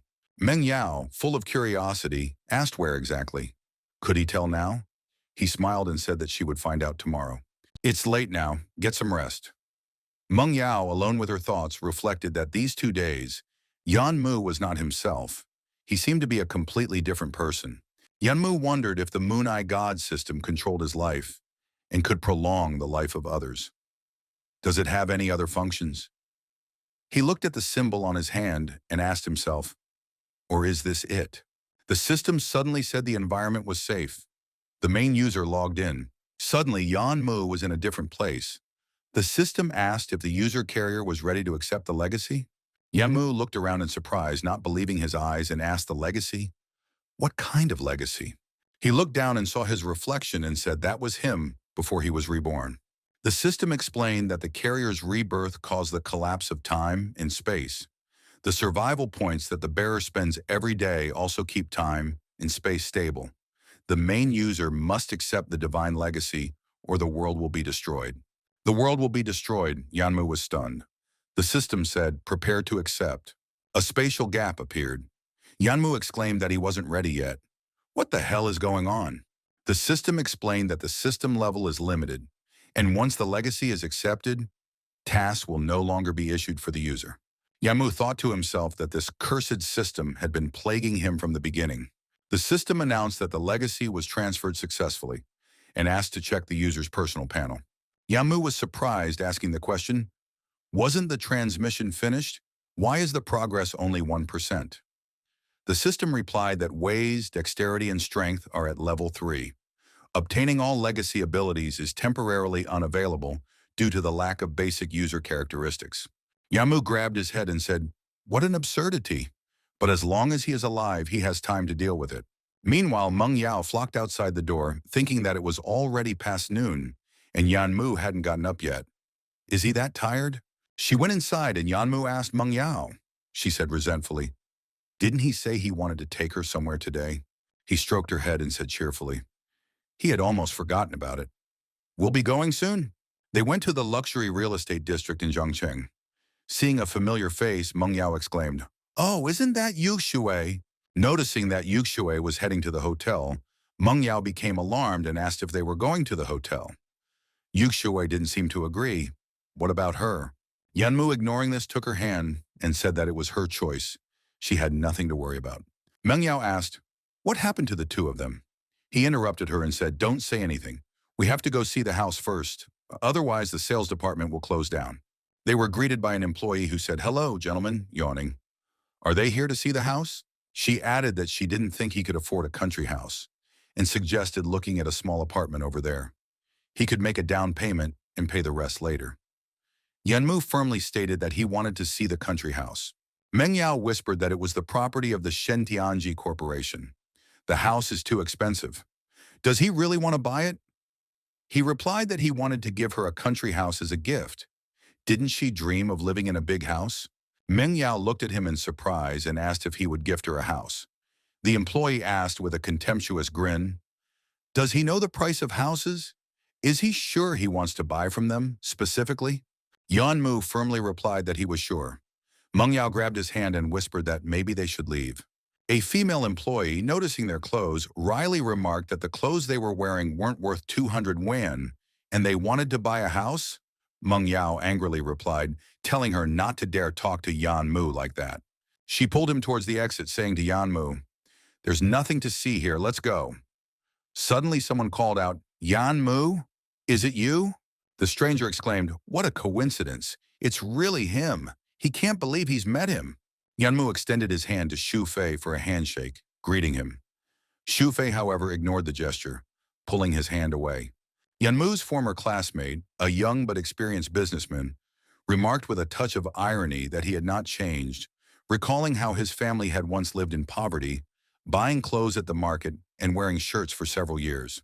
Yamu frowned and asked what Xu Fei was doing here, while mentally noting that if memory serves, Xu Fei had opened a small business, but went bankrupt after a few years. Xu Fei replied with an arrogant smile that he had decided to buy another house, adding that he was not advised to buy a small-sized apartment, as he might be ashamed of such a choice later. A sales associate supported his words by emphasizing that a house symbolizes status, and living in a small apartment, a person would be inferior to those with a country house. She cited Xu Fei as an example of a young, talented businessman. Xu Fei, blushing slightly, said that he only had extra money. Xu Fei looked at his watch and turned to Yan Mu, offering to discuss something. He asked if he was in a hurry and added that he needed to choose a house first. Yan Mu waved his hand indifferently and said that he could go and not detain him. Meng Yao snorted, unhappily commenting on Xu Fei's behavior. The sales staff member continued, turning to Xu Fei, suggesting that he look at an exclusive house with good conditions and location. Yamu telling Meng Yao that he was going to go make an important call and would be back soon. He stepped back, mentally thinking that a pack of mutts allows themselves to look down on people. Meanwhile, Xu Fei, pulling out a bank card, told the employee that he did not need information and decided to buy a house, ready to pay right now. The employee, astonished, asked if he was really buying a house for 2 million. She estimated that if the deal went through immediately, the commission would be a few thousand yuan. Xu Fei frowned and asked if there was any problem. He thought that Yan Mu had always been better than him in everything. popular with the girls. Finally, he has a chance to prove that he will never be compared to him. Noticing that Meng Yao was standing alone, Xu Fei approached her, asking with a caustic tone if Yanmu was scared and ran away. Suddenly, Yanmui returned, walking over to them and replied that he was just going to buy a house, and Meng Yao needed to wait for a while. Xu Fei, with a chuckle, inquired which house Yanmu was planning to buy, offering to help choose. Then he suddenly changed the subject, asking if Yanmu's father was still working at the construction site. Let him come to him. He'll have less work, and he'll pay him a few hundred more. It's a pity they have to live like this. He wants to help out. Meng Yao vehemently objected that if he had money, he could afford to talk to people like that. Uncle Yan earns money through his own labor, and he is no better than him. Xu Fei nonchalantly replied that he was trying to help, and in society the last word is always for whoever has the money. Yamu coldly said that he appreciated his kindness, but if Xu Fei continued like this, he shouldn't be surprised by his neglect. Xu Fei disdainfully replied that he was trying to help, and Yan Mu was trying to educate him, adding that he didn't need to listen to this nonsense. The employee grudgingly said that Yan Mu just can't afford this house, so she's trying to divert attention. Xu Fei spat on the ground and asked, "Isn't Tichi there any security here? Take him out as soon as possible, otherwise he will start to doubt buying the house." At this moment, a bank employee appeared, holding out a gold card to Yan Mu and congratulating him. Yan Mu nodded, noting that the employee had come a long way. The employee expressed that it was an honor to work with him. The manager ran into the hall and asked unhappily, "What's the commotion? Ai Jen, what's the matter?" The staff member pointed at Yan Mu and said that this person couldn't afford a house and was only wasting their time. Yan Mu calmly took out his bank card and asked, "You say I can't afford it?" The manager immediately bowed deeply and said, "Sir, I'm sorry. She's very sorry for causing him so much trouble. She will now serve him personally." "Does he have any preferences?" she asked. The employee, outraged, asked what was going on, stating that he had only come to cause trouble. The manager explained to Yan Mu that her employee had not shown proper respect and was a bit out of sorts. Xu Fei abruptly swiped the card near the manager and said that he was the key customer. She should give him respect, not him. The manager, noticing Yan Mu's gold card, asked, "Mr. Xu, can't he see that Mr. Yan has a gold card?" Xu Fei, after examining the card, replied with a sneer that it was a fake. After all, he was a VIP customer of the bank. However, upon taking a closer look, his face changed and he exclaimed, "Where did he get the SVIP card from? Did he steal it?" Yamu ignored him, calmly pondering that he remembered the two country houses in the Golden Zone. He thought that in a few years their value would increase and a good profit could be made. Calmly, without excitement, he asked the manager what the price of the two houses in the center was. The manager did not hesitate to reply that both houses cost the same 10 million yen. Yamu held out his gold card and confidently declared that he was taking them. Meng Yao was surprised and couldn't believe her ears. The employee, noticing the luxury of the card, suddenly changed her tone, saying, "Sir, she will help him formalize the transaction." Yanmu asked with slight displeasure. She saw the map and fussed? The formalities would be handled by anyone but her. The manager, realizing the seriousness of the situation, said that she would personally help Mr. Yan make the transaction. Asian, as of tomorrow, she will no longer be working here.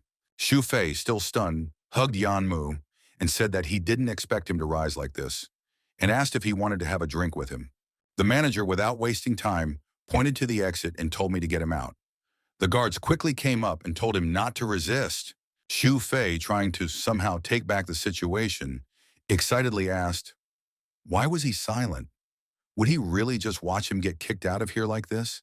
Yanmu replied with a smile, "Wasn't he the one who was going to order the guards to take him out?" Xu Fei, trying to break free, shouted out, "Didn't he apologize to him?"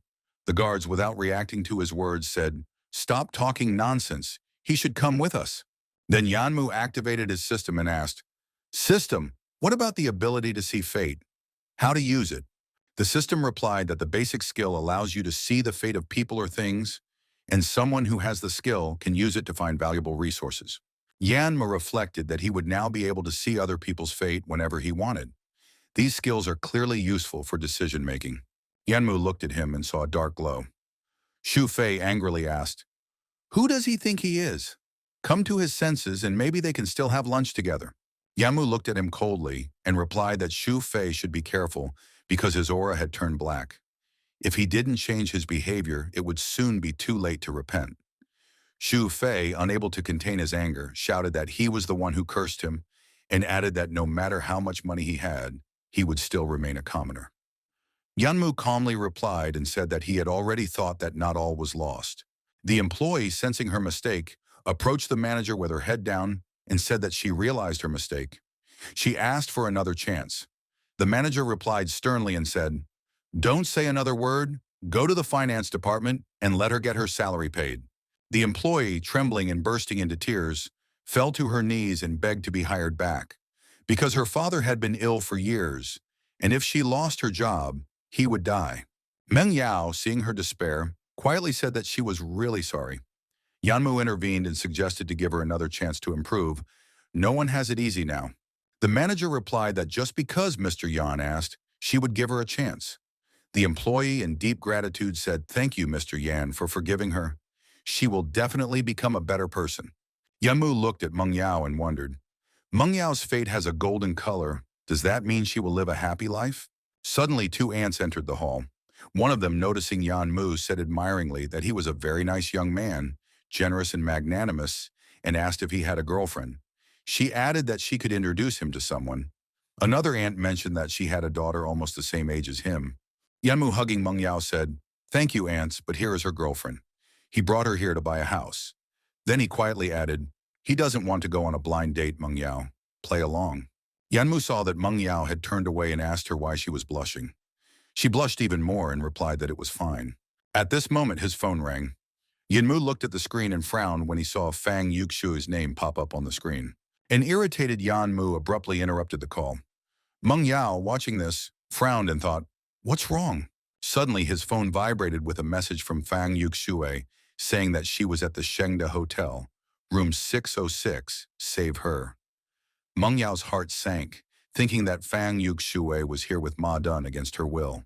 Anxiously, she informed him that she didn't know what had happened between them, but Yuxue was in danger. If he didn't save her, he would regret it. He coldly replied that it was none of his business. Meng Yu exclaimed at what he was saying. It would soon be too late. Yanmu started to say something, but he was interrupted by the girl, telling him not to worry and go save Fang Yue, promising to wait for him here. Yanmu quickly ran out of the store, shouting one last time for her not to go anywhere. At this time, in room 606 of the Shengda Hotel, Madong smirked as he undressed, noting that she was skinny, but she turned out to be strong and exceeded his expectations. Fang Yuxu retreated, begging not to be touched. Her eyes opened wide in horror and filled with tears. Ma Dun grabbed her hand, telling her that he was rich and powerful and that she should be pleased, for her family had introduced them for a reason. She, sobbing, begged him to let her go.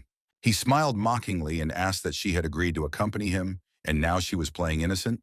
With force, he threw her on the bed, tearing her clothes off, and asked, "What was the pretense?" She had agreed to it herself. Fang Yuxue screamed in despair. Suddenly, the door opened. Ma Dong turned around and asked who was there.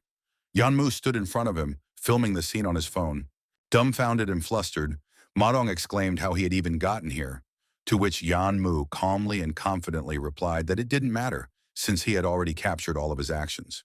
Ma Dong jumped up from the bed, asked who he was, aloud, and demanded he give him the phone. He immediately lunged at Yanmu, but the latter reacted lightning fast, swiftly striking him, and Ma Dong ended up on the floor. Shivering in pain, Ma Dong hissed, how dare he hit him? Now he would not only sleep with her woman, but also rip his throat to feel all his anger. Yanmu, without showing the slightest regret, stepped on him and demanded him to repeat his words. Ma Dong gritted his teeth and roared that a scum like him would never get a woman no matter how hard he tried. Another powerful blow made Ma Dong wail in pain and beg Yanmu to stop, admitting his guilt and asking him to let go, as he was afraid for his face. Fang Yuxu said that she was so embarrassed. Completely shivering and sobbing, she made Yanmu more and more uneasy, and he guessed that something had been slipped into her food or drink. Yanmu gently lifted Fang Yuxu in his arms and said that he would carry her to the bathroom to bathe and sober up. Leaving her in the bathroom, he said he was leaving, and if anything happened, let her call him. Ma Dong, running away, angrily thought that this little brat had called out to him. Let's see if he can save her next time. But Yan Mu caught up with him, stopped him with a kick in the butt, and asked him where was he going to go. Ma Dong gritted his teeth and hissed that you could hit him, but it wouldn't prove anything, and you should think twice. Yan Mu calmly asked, has he already forgotten how he dragged Feng Yuxui here? He has the proof. If he is not afraid, he can leave. Ma Dong, clenching his fists, rode what the hell does he want to do?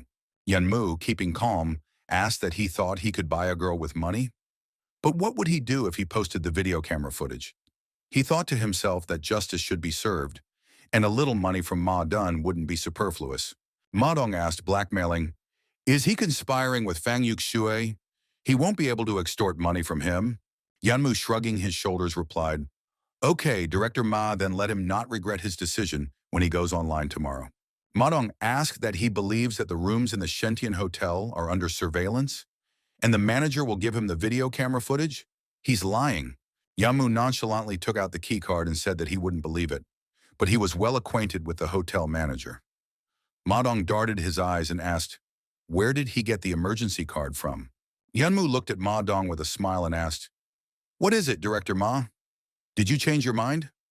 It flashed through his mind that how good it was that Manager Yan had given him this card. Ma Dong, visibly alarmed, asked how much he wanted. 5 million was enough. He thought that if those videos or photos got on the net, he would be finished.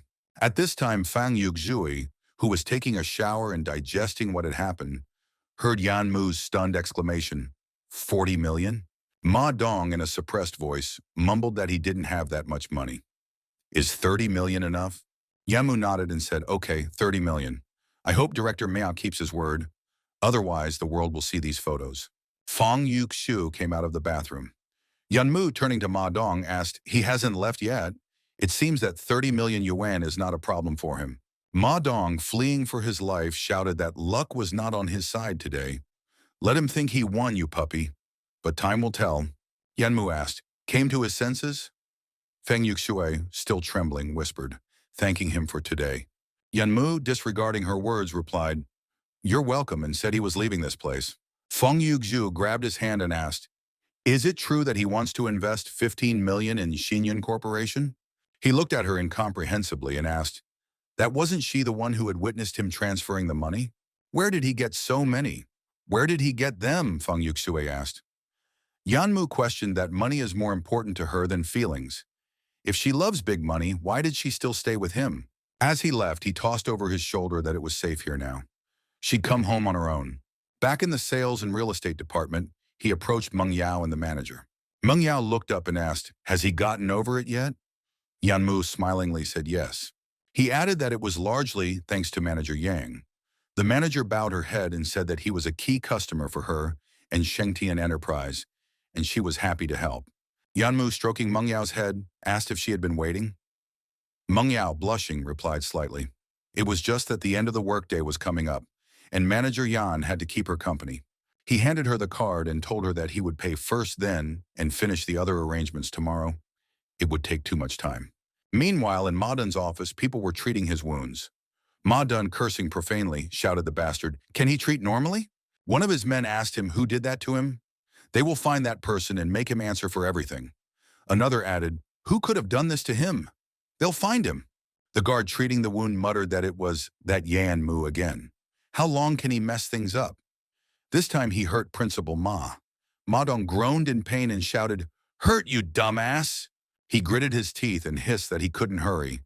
He had to take care of the Fan family first. He must see this street girl. He wasn't done with her yet. Looking at his watch, Fang Yuxu's father frowned and asked it was getting late. Why hadn't Yuxu still returned? The mother shrugged her shoulders and replied that that was good. It confirmed that Mr. Ma liked her, and he had left her for the night. At this very moment, the door opened loudly and Fang Yuxue appeared on the doorstep. Tired and said, Mom, she came. The mother, overjoyed, met her daughter and asked how everything went with Mr. Ma. It was so late, she thought that she would not return today. Yuxue, clenching her fists, replied that it had not worked out. Why? The mother asked. Tears sprang from Fang Yuxue's eyes, and she said that she had been drinking wine with Ma Dun all night, and he had put something in her glass. Then he had taken her to the hotel, and almost but Yan Mu had saved her. Father crossed his arms on his chest and asked, Yanmu left her and now decided to cause trouble. What does he want? Fang Yuxiu replied that he seems to have changed a lot and invested 15 million at the event. She also heard that he bought a real estate company. The mother, pondering over what she heard, said thoughtfully, it seems that he has succeeded. They definitely cannot lose such a good son-in-law. Fang Yuxue lowered her head and quietly said that she and Yanmu had parted ways. The mother, taking her daughter by the shoulders, stated firmly that she forbade her to say so. He had money and she must return it. At the computer club, one of the security guards watching Xiao Yu play exclaimed in admiration that his level was astounding. Is he really a professional gamer? Xiao Yu replied that he was just an amateur. He couldn't be compared to professional players. Don't be modest, the guard replied. He's clearly playing at the highest level. He offered to play one-on-one. Xiao Yu hesitated and said that it was a little late. The second guard put his hand on Xiao Yu's shoulder and said that he had been watching him for half a day, and his game was simply incomparable. Play once. Another suggested that the game itself is not interesting, so the loser will buy everyone a pack of cigarettes. The winner will be called Beatty. Xiao Yu shrugged his shoulders and agreed and said, let it be as you wish. He thought to himself, what else is there to be honored with such a title? After 2 hours Xiao Yu lost, the guard said that there was no need to attach importance to winning or losing, so don't worry. Xiao Yu stood up, but the guard blocking his way asked, brother, are you leaving already? You need to keep your word. Xiao Yu, stammering with anger, asked, what did he say? Let her stay out of his way. He cursed himself and thought such bad luck. So also a girl demanding money from him, and now these two. The guard following him asked threateningly, going against the rules? He'll deal with him. And at the same moment, the guard, without a second's hesitation, swiftly approached and struck a sharp blow with unexpected force. At home, Yanmu staring at the system screen and said that he received points for buying a house, but yesterday again spent one, as he thinks life points are getting fewer and fewer, this fraudulent system. The system nonchalantly replied that it had already extracted the life points needed for the improvements. But if the carrier continued to purchase real estate, there should be no problem. Yamu, frowning slightly, asked to upgrade something. How many life points do you need? The system responded that updates occur according to the desires of the host, but the updated system is independent. The host needs to pay attention to their thoughts. Pondering for a moment, he said slowly, in accordance with his wishes. Suddenly, the phone rang. Yanmu grudgingly muttered, Fang Yuxue again.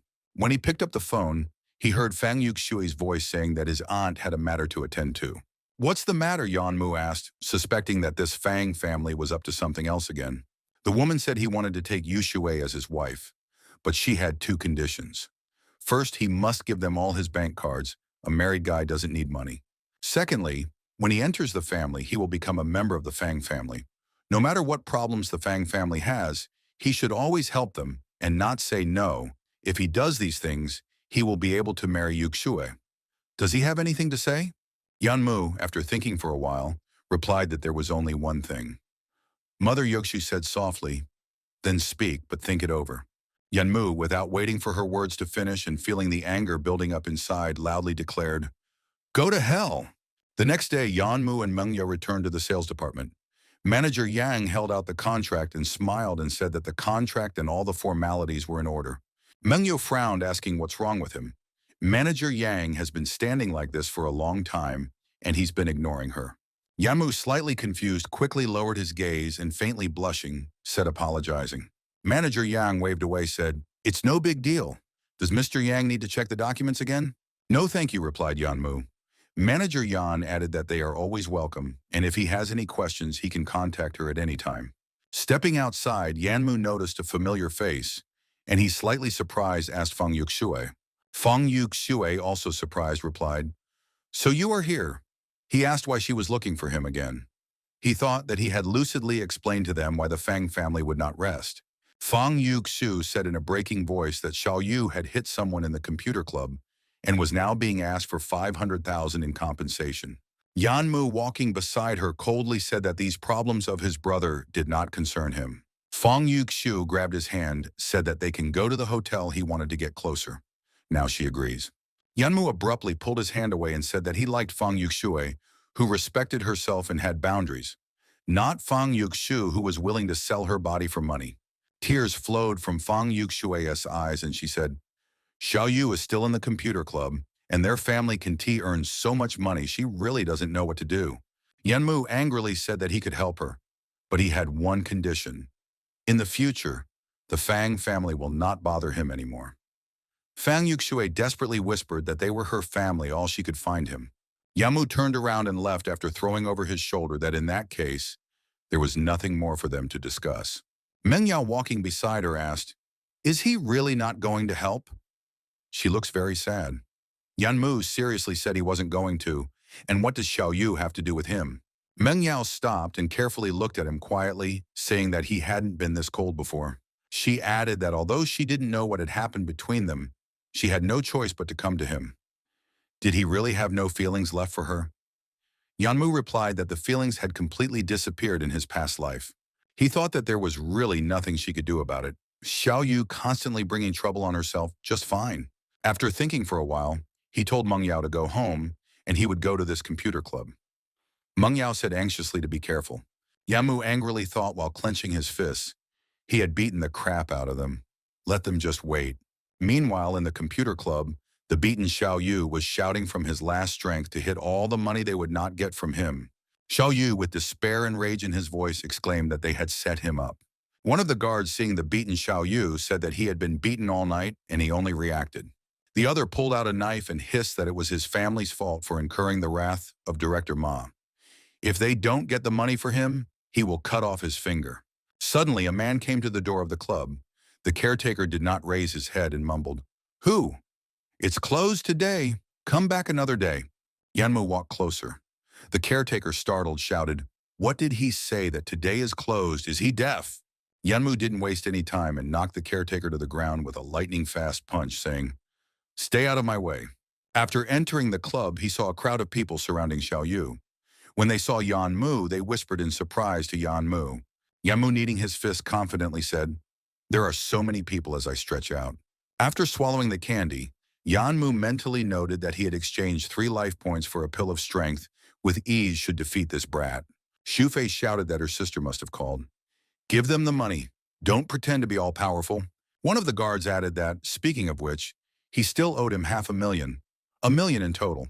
He would let him go if he brought the money. "Why should he bring money?" Yanmu asked, clenching his fists irritably. Xiao Yu, in despair, shouted out, "Stop wasting time. No wonder his entire family disliked him. Let him do something. Let him carry the money." Yanmu angrily hissed that he had better shut up. The guard, clutching his knife, said warningly, "Don't move. Stay where you are." But Yanmu, in a split second, pushed the guard away, and he flew towards the computers. One of the surrounding people mumbled in surprise, "What the?" A crowd of guys surrounded Yanmu, shouting, "Everyone follow him." The guard, hastily dialing Ma Dun's number, informed him, "Yanmu is here." Yanmu, after dealing with the attackers in a flash, threw them to the ground. Xiao Yu mumbled in shock, wondering where he had learned to fight like that. He thought that meant there was no ransom to pay, then he could take the 500,000. Rising up, Xiao Yu, with a threat, said that he couldn't have come earlier. Because of him, he had been suffering here for so long, her mom would find out about it. If he doesn't want her family to find out, then have her kneel down and apologize to him immediately, and then give him the ransom. Yanmu, with undisguised disdain, asked, "Kneel down, give the ransom." Xiao Yu hissed even more threateningly, or else he would tell his sister to find another man. Yanmu, unable to bear it, slapped Xiao Yu and angrily asked who did he think he was. He said that if her sister hadn't begged him to help, he never would have intervened. Suddenly a voice sounded, wondering where he was going. Yanmu looked back in surprise and saw Ma Dun. Ma Dun, giving the order, growled, "Grab your weapons and beat him to death." He thought to himself that of course the guy from the Fang family was the bait. Yanmu, after assessing the situation, thought that there were too many of them. If he fought, he would be killed. At that moment, the voice of the system sounded in his head, saying that according to the needs of the host, the system had exchanged the life points for a dexterity pill. After swallowing the pill, Yanmu mentally scolded and asked what was he doing, making an exchange without his permission? Dodging the blow, Yanmu felt a surge of incredible agility and was relieved to think it had passed. Ma Dun exclaimed, "He doesn't know how to fight? Fight back. Some clown is not worthy to be Ma Dun's opponent." But Yanmu suddenly got behind Ma Dun and said that he was rejoicing too soon. Ma Dun, dumbfounded, hissed, "How did he do that?" When he looked back, he saw his men lying motionless. "How is this possible?" he whispered in utter despair. Yanmu kicked Ma Dun and he fell to the floor. Yanmu walked over and stepped on his face. Yanmu said with a slight grin on his face, it seemed like he was saying that he would kill him. Ma Dun gritted his teeth in pain and growled that he was focusing too much on him, thinking that he couldn't take revenge on him. Yanmu calmly replied that he seems to be right, but there is no way he is the one who can get behind him, is there? Ma Dun groaned in pain. Yanmu coldly said that he had wasted a lot of time on him. How was he going to make up for it? He thought that these 2 pills were worth a lot of life points. Ma Dun shouted out in desperation that he would pay 20 million. Just don't beat him contains parents and children. Yanmu let him go and said, well, there is a bank in the neighborhood. He still owes him 30 million. Let him bring the whole amount. A few minutes later, Yanmu's phone received a message that 50 million yuan had been transferred to his account. Ma Dong, grabbing his injured arm, mumbled, "What? Transferred the money?"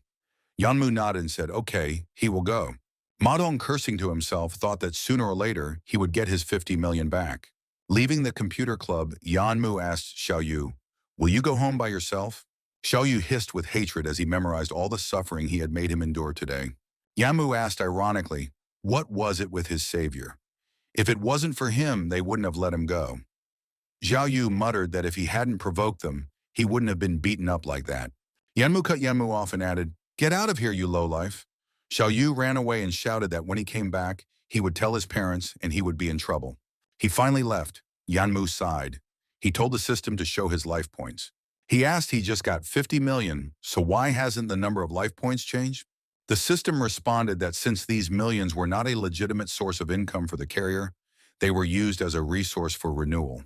Yanmu hissed with irritation that he thought he could willfully buy pills and now take possession of his life points. The system nonchalantly replied that it is designed to keep the carrier in good condition. When the system is successfully upgraded, the carrier will get more benefits. What advantages could he give? Turning him into a woman, shouted Yanmu. Meanwhile, in the Fang family, the mother indignantly asked what use she was. She still hasn't established a relationship with Yanmu. Is she going to tolerate his brother getting beaten up at the computer club? Fang Yuxiu, lowering her head, whispered Yanmu broke up with her. What could she do? Xiao Yu opened the door and said, "Dad, Mom, he is home." Mother anxiously asked why he came back so suddenly. Xiao Yu asked, "Aren't you glad to see me?" The mother replied softly that she was very happy to see him. "What's wrong with his face?" Xiao Yu shouted indignantly that this trashy Yuxui had called Yanmu to pay the ransom, but he had only caused more trouble. Fang Yuxue asked in surprise that Yanmu had really come to save him. Xiao Yu pointed at his cheek and said that he had beaten him up. The people who grabbed him were not as cruel as Yanmu. The mother hissed indignantly, "How could he beat him like that is too much." Pushing his mother away, he asked, "What did they know where he got the money from?" "He swindled it from Ma Dun." The mother turned to Fang Yuxue and asked, "Is he telling the truth?" She thoughtfully replied that it was most likely. When Yanmu came to rescue her last night, she thought she heard that he had asked Ma Dun for 30 million. "He used you to make money," his mother hissed angrily. "You can't call him a human being. He's just an animal." Fang Yuxiu resolutely said that she would go and find out from him right away. She thought to herself, was this the real reason why he was with her? Yanmu sighed as he lowered his head, thinking that it was so cruel this system didn't have a heart. Meng Yao, noticing his depression, asked why he had come back upset. Had he been offended? He shook his head and nervously said no. Then he added that nothing is wrong. Meng Yao eat quickly. Meng Yao worriedly asked, what is he still thinking about Yuxue? Is there anything he doesn't want to tell anyone? He can tell her. Fang Yuxiu suddenly appeared, her face flaming with anger, and she shouted loudly, "What does this mean?" Meng Yao hesitantly asked why she was here. Wouldn't she like to have dinner together? Yanmu said, "Don't pay attention to her. She can't sit here. What does she want?" He thought to himself that she was here knowing that he came here often to eat. Fang Yuxiu slammed her fist on the table and shouted that he had beaten up her brother and was now sitting here with another girl. He makes her sick. What does that mean in the end? Yanmu calmly asked, what did Xiao Yu say that? Meng Yao her girlfriend she didn't know? What was it that made her so angry? Fang Yuxiu said a girl is a girl. Well, let me ask you, if you were going to save Zhao Yu, why did you beat him up? Is it because she rejected him? He's upset, so he takes revenge on his brother, then finds a girl who's not as good as her to piss her off. Yanmu, in turn, angrily asked if she was sick. She said that he didn't want to save Zhao Yu because that money is dirty. He doesn't have any money of his own. Yanmu smilingly said, say what you want, but remember, no matter whether he is a bad person or not, he will never spend a penny on their blood-sucking family. Bloodsuckers, exclaimed Fang Yuxue. Meng Yao anxiously wondered what had happened between them. Fang Yuxi pointed at Meng Yao and asked, do you think he is a good person? He just broke up with her and already has another one. He is more disgusting than her. Yanmu angrily replied enough, then asked, so what if he is with someone else she thought he would never forget her? The world does not revolve around her, and if she believes the nonsense his brother is talking, then please but leave him alone. Fang Yuxiu said that he never took her seriously. He only wanted to use her. Yanmu asked that she no longer understood where the truth and lies were. Fang Yuxiu, preparing to slap her, tearfully asked why did he do that to her. Yanmu, grabbing her hand, exclaimed that they had already separated. So don't let her go crazy. She wrenched her hand away, exclaiming that she heard him and would make him regret it. Meng Yao said to follow her, but Yanmu stopped her and said he just scared her sorry. Meng Yao calmly replied nothing. But Yuxue is definitely no longer related to that person in any way. Yanmu smiled and said, don't worry about her. She is probably thinking about how to get back at him right now. Meng Yu thought to herself, Yanmu is such a good person. How could Yuxu treat him like this? Hurry up and eat. Once you finish, he will take her home, Yanmu said in a soft tone while looking at Meng Yao. In the evening in the office, the general manager said Mr. Yan, thanks to him, the previous projects that lacked funds have already started making profits from today. Yanmu, printing out the letters, smiled and said, here is finally some good news for today. After looking at the documents provided, Yanmu frowned and said that he remembered that the company does not have a specific supplier. Why are such low-quality materials used? Zhangpeng hesitantly explained that in order to guarantee the quality of the current products, they use new materials. However, due to the low profit margin, the supplier's material did not pay off, and he refused to cooperate. Yanmu thought and thought, this is a big problem. He did not notice it right away. Zhangpeng continued, what is more, in the inspection test, only the mechanism. There are not too many requirements for the materials, so he said if they send someone to the communications company to sign a contract, they will definitely need a router. Zhangpeng suddenly exclaimed, how did he not think of this? Communication companies have to deal with a lot of information every day. Don't they need routers to transmit the signal? He added sadly, but the material. Yanmu interrupted him and told him to leave it to him. He would find a suitable partner very quickly. The next day, while looking at the Tang family's business card, Yanmu wondered if this was the best option for Xinyun. Suddenly, his gaze fell on the scene going on nearby as the girl desperately tried to break free, screaming, what is he doing? Let go! The man grabbed her arm and hissed, shut your mouth. Yanmu recognized the girl and thought it was A. Zhen. Didn't she work in the sales department of Blue Current? How did she end up in the bar? The surrounding people started to get indignant and say, let the girl go, or they would call the police. The man pulled out a knife and hissed, mind your own business if you want to live. They made a fuss in broad daylight. Yanmu quickly ran up and grabbed the man's hand and grudgingly asked, what are you saying? The man, frightened, trembled and asked Director Ma, and him ordered this girl? Yanmu angrily asked Ma Dong again.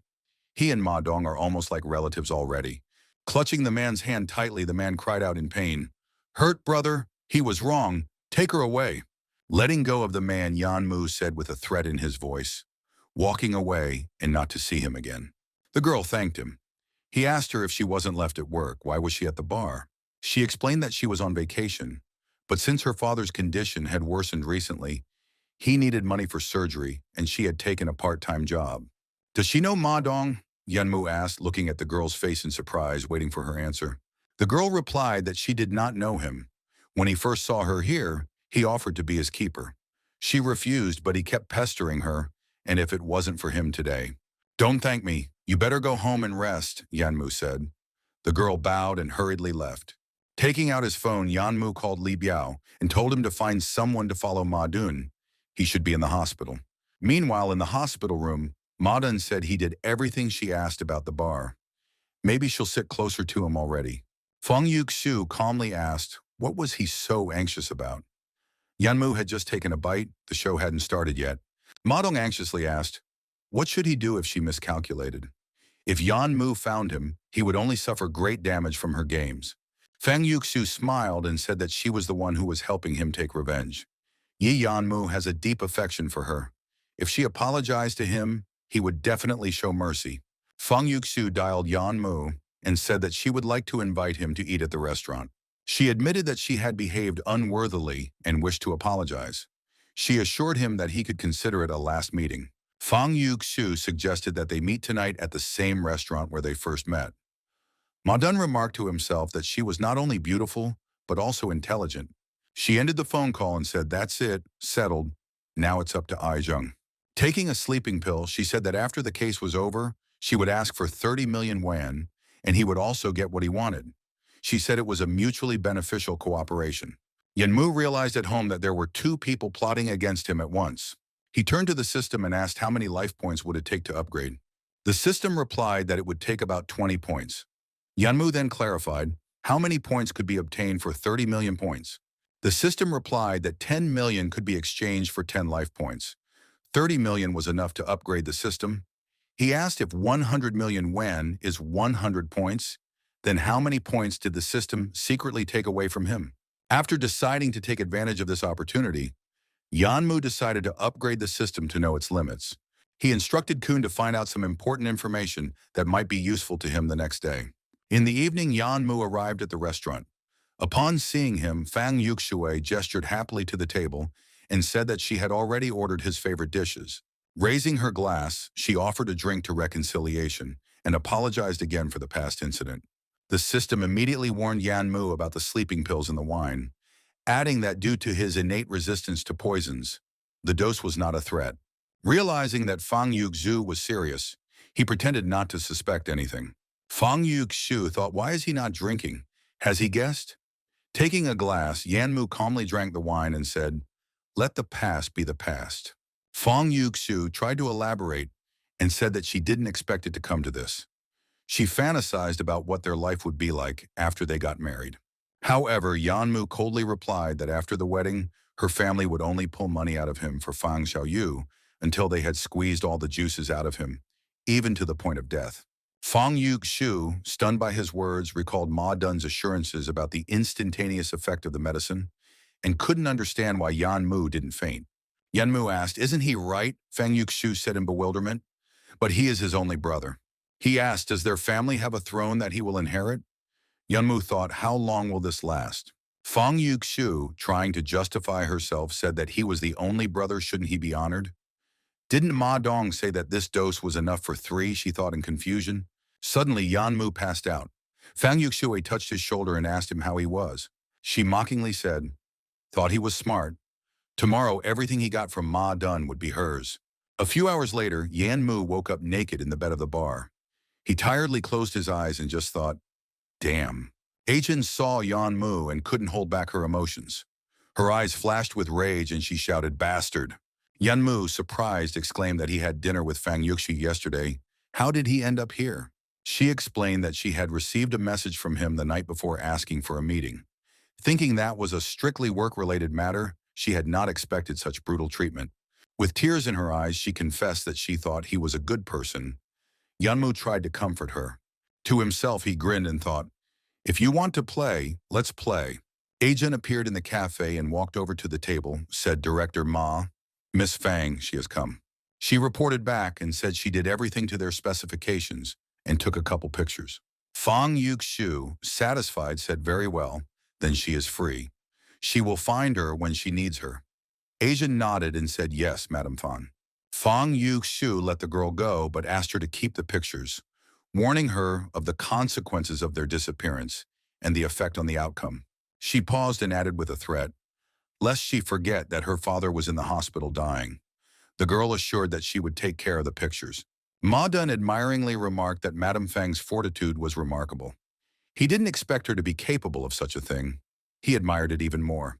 Fang Yuxue stated that Yanmu was the first to cross the line, and all she is doing is reclaiming what should belong to her. Ma Dun added that if it is for Fang Yuxiu, no 30 million is spared to him. He has no claims. Fang Yuxiu, confident of success, announced that Yanmu would pay for what he had done today. But malice sparkled in her eyes, and she mentally added that she would make him feel what it was like to be used. In the hotel lobby, Yanmu frowned his eyebrows and looked at Fang Yuxiu. His voice sounded calm when he asked what she meant. Ma Dun, lighting a cigarette, said that Yanmu did not understand the gravity of what he had done, and they were here to bring justice. Yanmu calmly replied that he was a law-abiding citizen and had not violated anything. Fang Yuxiu accused him of having dinner with her and then going to the hotel with another girl. Ma Dun, claiming that the girl had acted against her will, threatened to call the police, but on condition of pleading, promised to save Yanmu's reputation. Gladly, he noted the presence of reporters, emphasizing that publicizing the incident would end his life. Yanmu became angry, his gaze as cold as ice. He calmly, but with obvious disdain, asked if they took him for an idiot. Fang Yuxiu suddenly tensed up and noticed that the reporters were taking pictures of her and Ma Dun. Ma Dun started to threaten and say he was ungrateful. But Yanmu interrupted him, asking him to answer the phone. Agent by phone said evidence of threats by Ma Dun and Fang Yuxiu had been posted on the internet. Ma Dun, panic-stricken with a pale face, looked back at the gathered crowd and stammered out, "What's going on?" One of the journalists present read a report about Ma Dun's company's financial problems and his huge debts, and another about his crimes against women. Ma Dun shouted about falsification and conspiracy. The reporters did not relent, surrounding him with questions saying that the revelations were false and asking if he had evidence to refute them. They asked Director Ma about his views on Lunting's future, and asked Ms. Fan about her relationship with Ma Dun and what kind of person she considers him to be. The system informed Yanmu that Lunting's shares had plummeted and the company was bankrupt, adding that an auction would take place. Yanmu remembered how a few hours ago, Agent had confessed to him that Mr. Yan Madong had promised to give her 500,000 yuan to frame him, or else he would threaten to kill her father. They were the ones who set the whole thing up. He looked at her seriously and asked, now he had enough evidence to put Ma Dun away for half a life. Is she going to help him or Ma Dun? Satisfied with what was happening, he said that he would take over Ma Dun's company. He thought to himself that without the system, they would have gotten their way.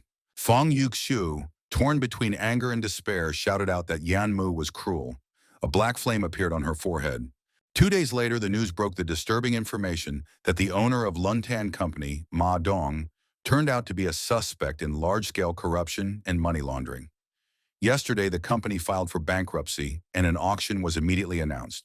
Fang Yuxiu, hiding her face in rage, shouted, demanding that the cameras be taken away, saying that she did not know Ma Dun. The reporter, wasting no time, continued with assertive questions, clarifying whether she and Ma Dun had threatened other people and whether it was done voluntarily. Another accusation was made. Ma Dun is suspected of money laundering and threatening other people. Meng Yao, upon learning of the scandal, expressed her concern that she thought Yuxue was cheating but didn't expect her to. Meanwhile, Yanmu, sensing the tension, asked the system, where are his life points for Luntan Company's real estate? Yanmu said regretfully, the system is forever postponing the life points, no morals. He irritatedly thought, no notifications? What's the mystery? Suddenly, an unexpected signal appeared on the screen. The system update has been successfully completed. Yamu was stunned when instead of the expected answer, the system produced a rabbit. He said, what the hell? Where did the rabbit come from?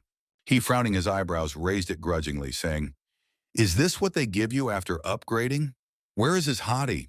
The rabbit suddenly disappeared as if it was swallowed by the air itself, leaving only a surprised Yan Mong. But a girl appeared in his place and looked at Yanmu and said, the host is so impatient. The rabbit is the main part of her. How could he reject her? The girl cheerfully asked, well, carrier, are you satisfied? If he is satisfied, the system will give positive feedback. Meng Yao, with anxiety in her voice, loudly asked if he had seen the news. Yanmu, unable to hold back, shouted at her not to come in. She disobeyed, and as she opened the door, she said that she hadn't expected Yuxue to turn out to be such a person. She always thought he was the one who made the mistake.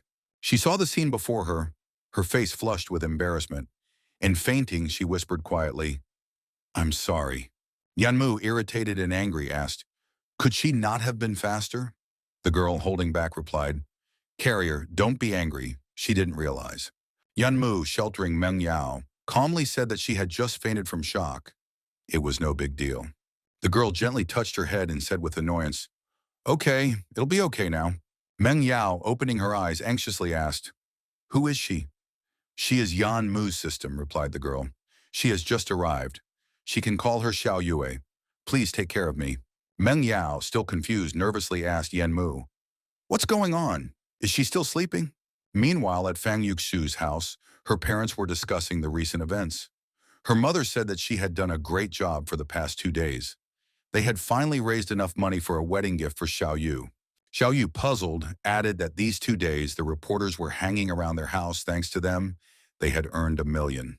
But what to do next? Father, seriously thinking about it, replied that Ma Dun was now in jail. He could no longer be their feeder. Yuxiua, she needs to find someone else they can pull money from. Fang Yuxiue thought furiously. Why should she do this? She hates it all. Suddenly, a black light emerged from her head and spoke and said, "Girl, you want to make a deal?" The creature, identifying itself as a deity, stated that it had heard her request and was ready to grant her wish. Fang Yuxiu shook her head and doubted the reality of what was happening, whispering as if to herself that it couldn't be true. She must be hallucinating. The creature, not losing patience, continued with a soft insistence that he understood her distrust. To prove his power, he offered a bargain. The voice changed as it reminded her of her traitorous ex who had used her feelings for his own gain, leaving only pain and disappointment. The creature then asked, "Isn't she angry? Don't you hate him?"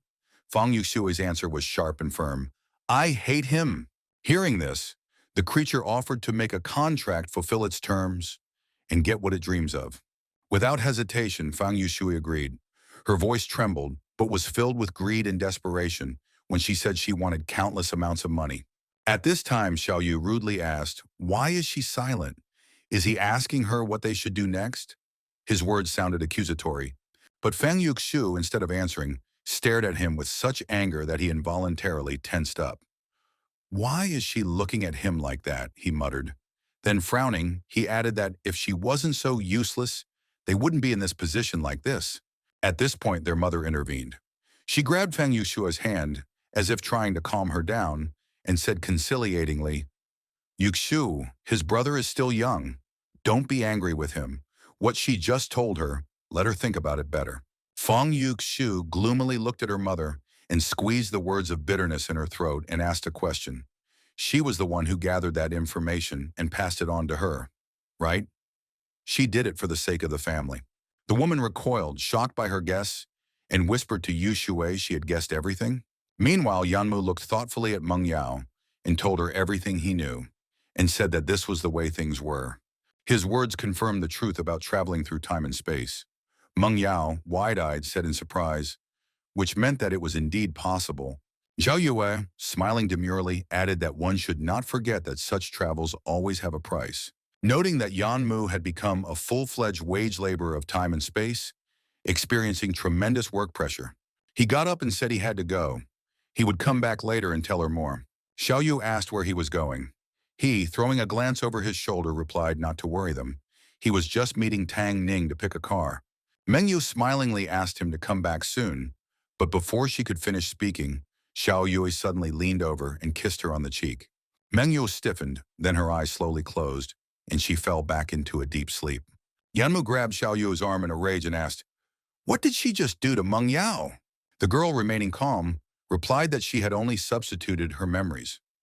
Ordinary people shouldn't know too much, or it could be dangerous. His indignation flared brighter when the system took away a life point. He exclaimed, "So why did she deduct his life point when she was using her abilities?" Xiao Yu tilted her head slightly. Her voice sounded almost cheerful when she said, "How does he propose to do otherwise?" Suddenly, Yanmu cried out from the pain that pierced his arm. Looking at it, he thought, does materializing the system carry side effects? Xiao Yu, noticing his distress, explained that she had just arrived and the system had just activated. It's still unstable, so there might be some minor bugs. Yanmu only exhaled tiredly. Damn. She asked, Doesn't the carrier already have to go? She wants to go too, so let her take her along. Yan Mu firmly replied that he will go alone, and he and Tang Ning have some business to discuss. When he said he would go alone, Xiao Yu frowned and reminded him that if he moved too far away, the system would automatically move her to him. Yan Mu, after imagining this situation, realized his helplessness in this situation and agreed. But suddenly Xiao Yu's expression changed. Her gaze was filled with anxiety. She whispered, "Why did the seed appear so early?" As they approached the meeting place, Yanmu noticed that she looked pensive. He wondered why she was so distracted. Her unusual state hadn't left his thoughts since they went out, and he wanted to understand what had happened. Xiaoyu replied that she was doing well. She explained that she was thinking about how she could improve the carrier's ability level to avoid having to take pills. Yanmu frowned and asked why the pills. He said there was no need for it, for in most cases with ordinary people, pills were not necessary. Xiaoyu asked what he would do if the person turned out to be not quite ordinary. Yanmu thought about it and said that if there was anything she could do, then let her try. Anyway, he didn't have many life points. When they arrived at the meeting place, they were greeted by Tang Ning and said, "Mr. Yan." He made a slight bow and, apologizing for the delay, expressed his respect and reverence. Yamu noticed another person joining them. It was Liu Ji, who put his hand on Tan Ning's shoulder and, casting an appraising glance at Yan, asked if Zhangcheng City really had such a low level. Yamu turned to Tan Ning, wondering who this person was. At the same time, he pondered how it could have happened that a person from the Liu family, known for selling fake alcohol, was here and in Tan's company. Tang Ning, clearly dissatisfied, dropped Lu Ji's hand and briefly explained that it was indeed Lu Ji from Wanjiang City. Lu Ji, irritated by this reaction, said he has come a long way to cooperate, but sees that he is being treated without proper respect here. Tang Ning, remaining calm, recalled that he had warned Liu Ji about his busyness that day, but the latter had insisted on meeting. Yanmu walked closer with a smile and apologized for his behavior. He greeted Liu Jie, however, a little mockingly added that he first thought that he was Tang's driver. Yan's words caused Liu Jie to have a fit of anger. He raised his voice, asking that he was the driver. If he doesn't care about his eyes, he can gouge them out. However, Yan Mu, remaining outwardly unperturbed, shook Liu Sei's hand and hoped that this could be considered a misunderstanding that was not worth continuing. Liu Jie smiled coldly, hinting that facing someone like Yan was not new to him. There was no need for him to bicker. Xiao Yue, sensing that the situation was escalating, became alarmed. She suspected that Liu Jie was absorbing his luck energy. To distract Yan, she flirtatiously reminded him that they were going to see the car, weren't they? And there was a movie waiting for them tonight. Let's not waste time, shall we? Yanmu realized that he had indeed almost forgotten about these plans. With an apologetic smile, he confirmed that he was ready to go and invited Tang Ning to follow him. Tang Ning said with a smile, of course they had agreed. Liu Jie, feeling ignored, expressed his dissatisfaction. He accused the people of Zhangcheng of lacking manners and emphasized that he had not expected such an attitude. Tang Ning discreetly replied that the city was small enough and Liu Jie would easily find his way on his own. These words caused Liu Ji's anger to surge again. He asked, Tang Ning, he dare to chase him away? He added that if he wished for the Tan family to disappear, it would only take him one night. Yanmu walked closer and placed his hand on Liu Ji's shoulder and confidently reminded him that his family had no such authority in Zhangcheng, especially if the facts related to the sale of fake alcohol became public knowledge. What would his family be able to do then? Loji was shocked by what he heard and was even speechless.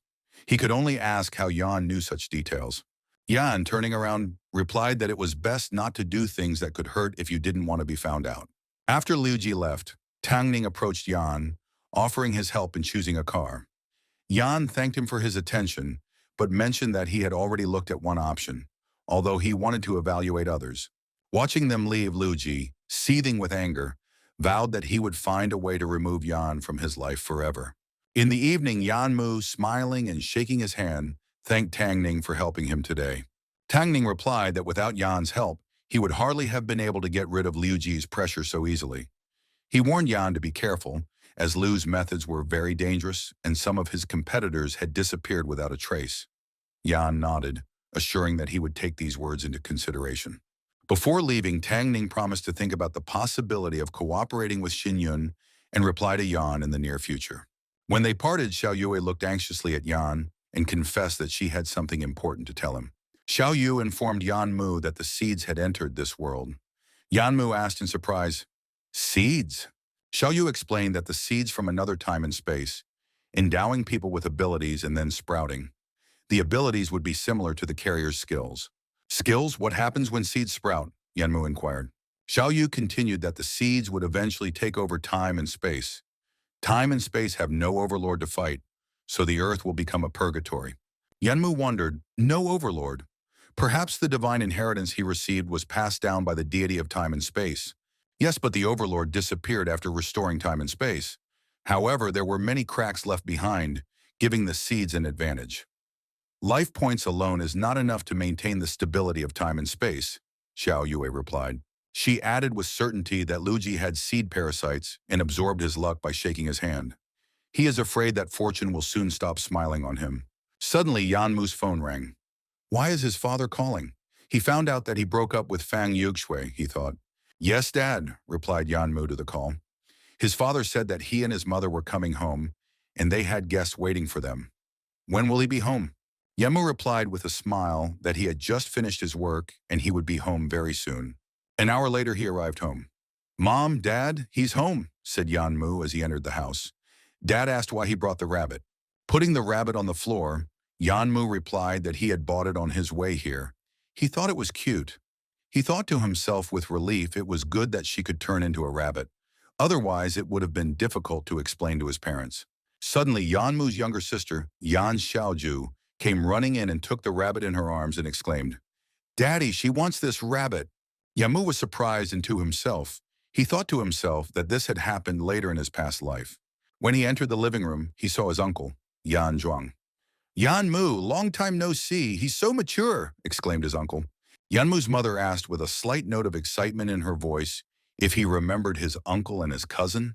Yan Mu cheerfully replied, how could he forget his uncle? Thinking to himself that he remembered his father because of the winnings, Uncle remarked that he seemed to be doing well, driving such a luxurious car. Yan Mu replied as he sat down that he was just a small employee. The supervisor allowed him to take it. He will return it to the company tomorrow. His superiors seemed to be very optimistic about him, allowing him to drive such a car, Uncle remarked. Uncle added that he heard a few days ago that he is cooperating with Xin Yun. Do you know the director of the company? Yan Mu countered that he knows, but his job is only to communicate. Even just getting to know such a person is a sea of prospects, my uncle went on to say. Turning to Yan Mu's father, he said that in truth, that's not why he's here. Yan Mu's father said that they were listening to him attentively. The uncle began that he had good news. A promising investment project had recently appeared, and he immediately thought he should tell them, since Yan Mu is cooperating with such a big company. Meanwhile, Yan Mu's younger sister, Yan Xiaoju, was playing with the rabbit with genuine delight. My father said that he knew where their family was, so let's forget about it. Uncle assured that no need to worry. If he invests 100,000, he will earn 150,000 in 1 month. There are no risks yet. He tried it. The father asked his wife, is it possible to make that much money? Why don't they try investing 20,000? Uncle said you need at least 300,000. Didn't he win a prize? Let him decide. He guarantees that he can double his income. Then he turned to Yan Mu and said to persuade his parents, this project is very competitive. Yan Mu shockedly asked, persuade? He is not going to even try. Investing is impossible. Leave, Yan Mu stated firmly. At that moment, the rabbit, finally tired of the persistent caresses, suddenly swung his paw and hit the girl hard in the face. Uncle, exploding, bellowed, what the hell is going on? What is he doing? Father turned to Yan Mu worriedly. How can he talk to Uncle like that? Uncle abruptly put down his glass and exclaimed that he was trying to teach him how to make money. Even if he doesn't want to join, how can he kick him out? My father put his hand on my uncle's shoulder reassuringly and said, if the project is really worthwhile, he is willing to invest. Don't worry. Yan Mu confidently declared that if he gave the money, he would not be able to return it. Suddenly, a relative they hadn't spoken to in 10 years showed up with such a good offer. There's something fishy going on here, don't you think? Uncle slammed his fist on the table and roared that, if it weren't for family difficulties and the dire need for funds, He would have invested himself long ago. Why would he have come here? He would be poor all his life. Annoyingly, Yanmu demanded to say clearly, what happened to their family? Which company is behind the project, and what is the project number? If he couldn't say, he would take his daughter and leave this place. He thought to himself, show your true colors. Uncle uncertainly muttered that family troubles are not discussed outside the house. The project is secret. If he doesn't invest, he won't say anything. Yamu calmly said, is that so? He will help him, because his Yan Wu got involved in dirty deeds, abusing a girl. Now he needs 300,000 or Yan Wu will die, right? Uncle, completely confused, whispered confusedly, but how? Father asked, brother, is it true? Suddenly the girl screamed, pointing at the rabbit, and said that this rabbit was hurting her. The uncle quickly walked up to his daughter and asked, Xiaoju, what's wrong? The girl shouted, kill the rabbit, she will eat its meat. Looking at the rabbit, the uncle hissed, how dare she hit her daughter? He would make stew out of her. He tried to grab the rabbit, but it struck him lightning fast with its paw. The man screamed, how painful! He's going to finish her off. Yanmu calmly sipped his tea and said that this rabbit was very smart. If he were them, he wouldn't mess with her. He added that it's funny that you couldn't get the money out and take your anger out on the rabbit. As he left, he shouted that they would live a life of poverty. Their place was at the construction site. Yanmu said, be careful, uncle. My father sighed and said that he had not expected this, that a stranger's soul is a dark place. My mother added that they only get stupider with age. Yanmu said that nothing in this world can be achieved easily. They should be more careful. Meanwhile, at Fang's house, Fang Yuxue informed her mother that 300,000 had been transferred to her account. His mother was surprised and said that Xiao Yu took the money to buy a car. She hadn't seen him so happy in a long time. Where did she get the money from? Fang Yuxue replied that she met an aspiring entrepreneur, young and rich with 2 apartments. He said their family could live there without paying rent. The mother excitedly asked if he was on the list she had given her. Their family finally doesn't have to live in that ruined house. Excited, his mother pulled out her phone and, typing a message, said she wanted to tell his father the good news. Closing the door and leaning against it, a shadow emerged from the darkness and hissed that this is the kind of deal they have. It's easy, isn't it? She remembered the man from yesterday who said, Mrs. Fan is so casual, much more beautiful than he thought. Suddenly, the shadow whispered that all she had to do was lean close to him, and he would do the rest. The man holding out the card said he couldn't stop thinking about her. He has a lot of money. This 300,000 yuan is a gift for the first meeting. Shadow, with a bitter chuckle, leaned forward predatorily and asked, well, did she want to continue? Fang Yuxu confidently replied, yes, thinking to herself that her family needed the money and was willing to continue cooperating. In the evening, Kun Rui, entering Fuda's office, said that the work on the East District site had officially begun. Looking at the girl standing next to Yan Mu, he asked Mr. Yan, who is this? The girl waved and said hello. Yan Mu replied that it was her new secretary. Is there anything else? Kun Rui, holding out the document, said someone wants to buy Ma Dong's company for $1 billion. Take a look. Yanmu thought about the fact that Ma Dong's company was located in the center of Zhangcheng. At the auction, no one wanted to buy it.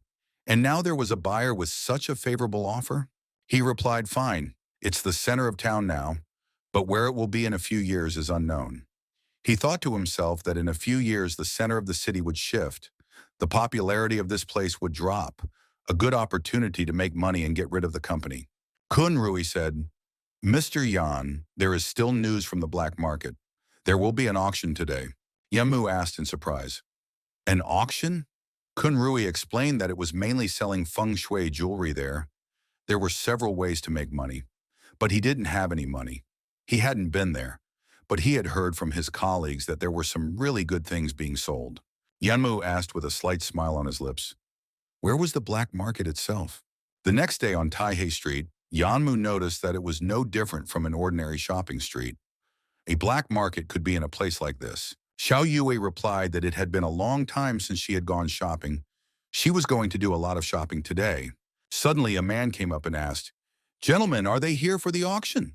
Yamu asked how he knew.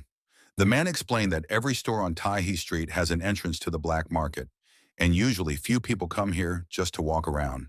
The old man would show them the way.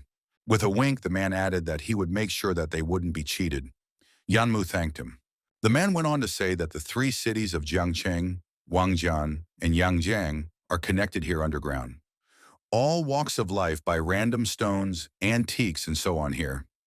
Yanmu said that he didn't expect to see such a big place underground. The man clarified that they are on site. The auction will take place there, but will not open until the evening. The man quoted a price of $2,000. Yanmu thought with annoyance that the black market was really not a place where ordinary people could come to. The man counting the money said he sees. He is a nice person, so he recommends trying the game of buying stones at random first. Have a good understanding here. If you want to buy something at auction, you better find a middleman. Then he removed himself. Xiao Yu, looking around the market, said, Carrier, the smell of seeds here is very strong. Yamu noticed that the black market is a place to make money. It is full of money lust. No wonder he attracted the seeds. Xiao Yu thought that it seems the seeds are spreading faster than expected. They approached the crowd and heard a voice asking if they had thought about their choice well. The boy exclaimed, They're liars. The boy, thinking, thought to himself that the two stones had the same weight, shape, and material. How to choose? The man pushed up and said quickly, Choose. This is the last chance. He can't beat her. The Xiao family's property will go to him. Yanmu, observing, thought that the ability to earn money allows him to discern the jewel inside the stone. The one glowing red appears to be a ruby. The man announced, Gentlemen, the heir to the Xiao family has made his choice. Place your bets. Double your money. Place your bets. The excited spectators started betting and saying that they bet 10,000 on Liu. The Liu family will win. Xiao has been losing for 2 months and is about to lose again. There's definitely a gem there. Liu's victory is assured. The auction organizer announced that 200,000 have already been bid on Liu.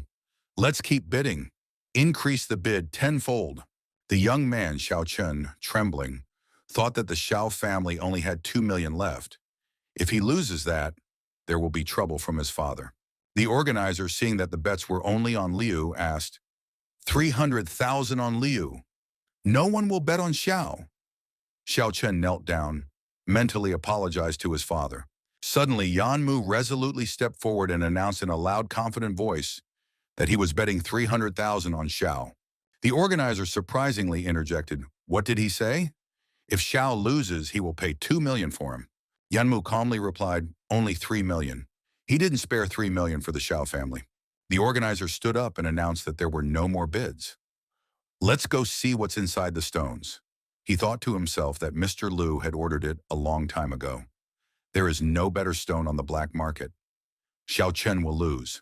Xiao Chen, turning to Yanmu, asked, Sir, is he a newcomer? These stones are fake. There are no good goods here. Yanmu asked with confidence. What is he afraid of? He is willing to bet and lose. If he doesn't have enough money, he will help. He has nowhere to put his money. At the stone appraisal shop, the expert examined Liu's stone and announced that the green jade is medium-sized. The estimated price is about 500,000 yuan. The man smugly said, Okay, now let's open Xiao Chen's stone. Be careful, don't mess it up. The master nodded. The man turned to the girl and said, Beauty, don't waste your time on this player. Even if he has money, he will go broke. The girl, grinning slightly, asked with a confident look of ruin, What does it matter? The expert, after scrutinizing Xiao Chen's stone, exclaimed in amazement that there was something in it that was a ruby. The man exclaimed that it was impossible. The master cracked the stone, confirming his words, and said it was a ruby the color of pigeon blood. Xiao Chen asked in astonishment, A ruby the color of pigeon blood? The man whispered in panic that it couldn't be. Yemu asked what it meant. The girl explained that the pigeon blood-colored ruby was an extremely rare stone of the highest quality. The starting price is at least 1 million. Xiao Chen confirmed that she was right. The price was incredibly high, even for such a small piece. The surrounding people sighed regretfully and said, Damn, lost money. Heir Xiao is a true guru. Yanmu asked, satisfied. It didn't seem like such a large amount. Card or cash? The man with annoyance replied that the price was small, by card. He thought to himself that he remembered his handsome face. Yamu said that with this ability, he could not worry about money. The girl got excited and said that they would celebrate tonight. Xiao Chen caught up with Yanmu and shouted, Master, wait! Yanmu stopped and asked what he wanted. Xiao Chen extended his hand and said that his name was Xiao Chen. If they're going to auction, he can do it. After hesitating, he apologized and said he forgot he wasn't from around here. It was probably impertinent of him. Yanmu shook his hand and said, "Hello, Mr. Xiao. His name is Yanmu. He is the first in the black market. If it's not too much trouble for him, he can take him to the auction." Xiaoqin got excited and said that he was glad to meet him. He was going to auction the ruby. You can count on him. Yanmo thought that these people called him a gambling guru in a Xiao's heir. It seems he is not so simple. In the VIP lounge, Xiaoqin thanked Yanmu and said, "Mr. Yan, thank you very much for your trust." Yanmu replied that he didn't look like a liar. Xiaoqin took out a black card and said that it was fortunate that he had this card. Otherwise, he wouldn't have been able to participate in the auction. Yanmu asked what kind of card it was. Xiaoqin explained that it was status that mattered in the auction, not identity. In the black market, there are only 3 black cards corresponding to the 3 major powers. The holders of these cards can enter and exit freely. One of the forces is the auction itself. Another is a mysterious organization related to the main force. And the third is the Xiao family, passing down the map from generation to generation. Xiaoqin continued that in the past 2 years, the Liu family from Wangjian suddenly wanted to gain a foothold in the black market, and the Xiao family helped them. But for some reason, they snapped at them. And this is the situation today. Xiao Yue, with a note of surprise and suspicion in her voice, questioned, "Is it the Liu family from Wangjian? Young Master Liu Ji?" Xiaoqin, noticing Xiao Yu's expression, clarified with slight surprise in his voice if she knew him. Yan Mu replied that they didn't know each other very well. They had only met once. The registrar asked Xiao, "His ruby has been appraised. The color is excellent. The starting price is 5 million. He needs to confirm it again." Xiaoqin replied, "No, it will go to the auction tonight, so pack it up." He thought to himself that the starting price is 5 million, and the deal could be at least 100 million. The Xiao family has hope. An hour later, in the auction room, the masked hostess introduced the lot, a large blue and white vase from the Ming dynasty, presumably from the house of a high-ranking official. The starting price was 20,000 yen. Xiaoqin asked that he didn't seem to be interested in such things. Yanmu replied that he had come to the black market for work and to see if there was anything interesting at the auction. Xiaoqin, looking through the catalog, noticed that today, other than cultural relics and antiques, only his ruby was worthy of attention. The host hit the table with a hammer and said, 300,000. The Ming dynasty vase has been sold. Yanmu looked at the vase and realized that it had a dark energy. It would bring bad luck. The host announced that they now had a very special item. There hasn't been anything like it on the black market in years. A ruby the color of pigeon blood. Absolutely natural color. Incredible quality. This is definitely a top choice for collectors. The starting bid is 5 million. A man whispered, "Mr. Liu," that it was Xiaoqin's ruby. The stakes began to rise, with people saying 6 million, 10 million. Liu Jai stated that the old man saw the picture of the ruby. He wants him to get it. The man said that if the old man wants it, he would just go to Xiaocheng and get it. Ignoring him, Liu Jai shouted out, 60 million. Yanmu said in surprise. Liu Jai said, "Liu Jai." The other bidders, frustrated, muttered that if young Mr. Liu bid, is it worth it to continue bidding? The value of this gemstone clearly exceeds 100 million. Suddenly, Yanmu loudly announced 70 million. Xiaoqin became agitated and said, "Mr. Yan, he can take things away from Liu Zi." Xiao Yu calmly interrupted him and said that it didn't matter. Just let him observe. Liu Zi thought, "Isn't this the Yan from Zhongcheng? What did he forget in the black market?" The man said that this was the guy who bet 300,000 on Xiaoqian. Liu Zi grinned evilly and exclaimed 80 million. He thought to himself that he was interesting, so let's play. Xiaoqin got nervous and said that Liu Zi is bossy and never gives up. He probably didn't even think of buying this stone for such a price. Yamu confidently stated that he didn't need to worry, he would make him pay, and proudly shouted out, 180 million. Liu Zi did not hide his indignation and sharply shouted out that he was poor. How could he have so much money? The presenter, holding the attention of the audience with her confident voice, loudly announced that the ruby was the color of pigeon blood. 180 million. One. Liu Jai raised the bet and said 300 million. The man anxiously said, "Mr. Liu, they don't have that much cash with them." Yanmu noticed with a chuckle that Mr. Liu was so bold. He began to methodically raise the bet, prolonging the fight. The tension in the hall was growing with every second. The price of ruby was rising rapidly. Xiaochen whispered that this price far exceeds the real value of the ruby. Further bargaining will be stopped by the auction. Lu Zhe, in desperation, shouted, 1,200,000,000. He asked if he could raise the bet. The hostess announced, 1,200,000,000. One. Yanmu said with an ironic smile that Mr. Lu was so generous that he would give him this ruby. The host repeated 1,200,000,000. Two. She banged the hammer on the table and announced that a blue blood-colored ruby for 1,200,000,000. Sold. The man in a panic said, Mr. Lu, they don't have that much money. Liu Ji calmly replied that bank cards were invented for that purpose. An hour later in the trading room, Liu Zhe furiously asked, what did she say? The transfer is rejected? The girl asked if he wanted to make sure again. If he didn't pay, according to the rules, the Liu family would be expelled from the black market. The annoyed Liu Zi thought that he had succeeded every time. Why didn't it work today? Shadow explained that the person who was betting against them was stronger than him, and his strength was limited. But he didn't feel the aura of his divine messenger. He must still be very weak. When he got rid of him, he would be fine. The girl explained that according to the rules, with large sums, 3 days are given for fundraising. The ruby is reserved for him.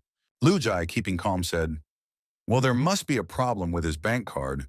He would pick up the ruby in 2 days. Meanwhile, outside the black market, Xiaochen heaved a sigh of relief and said, thank you, Mr. Yan. This is such a relief.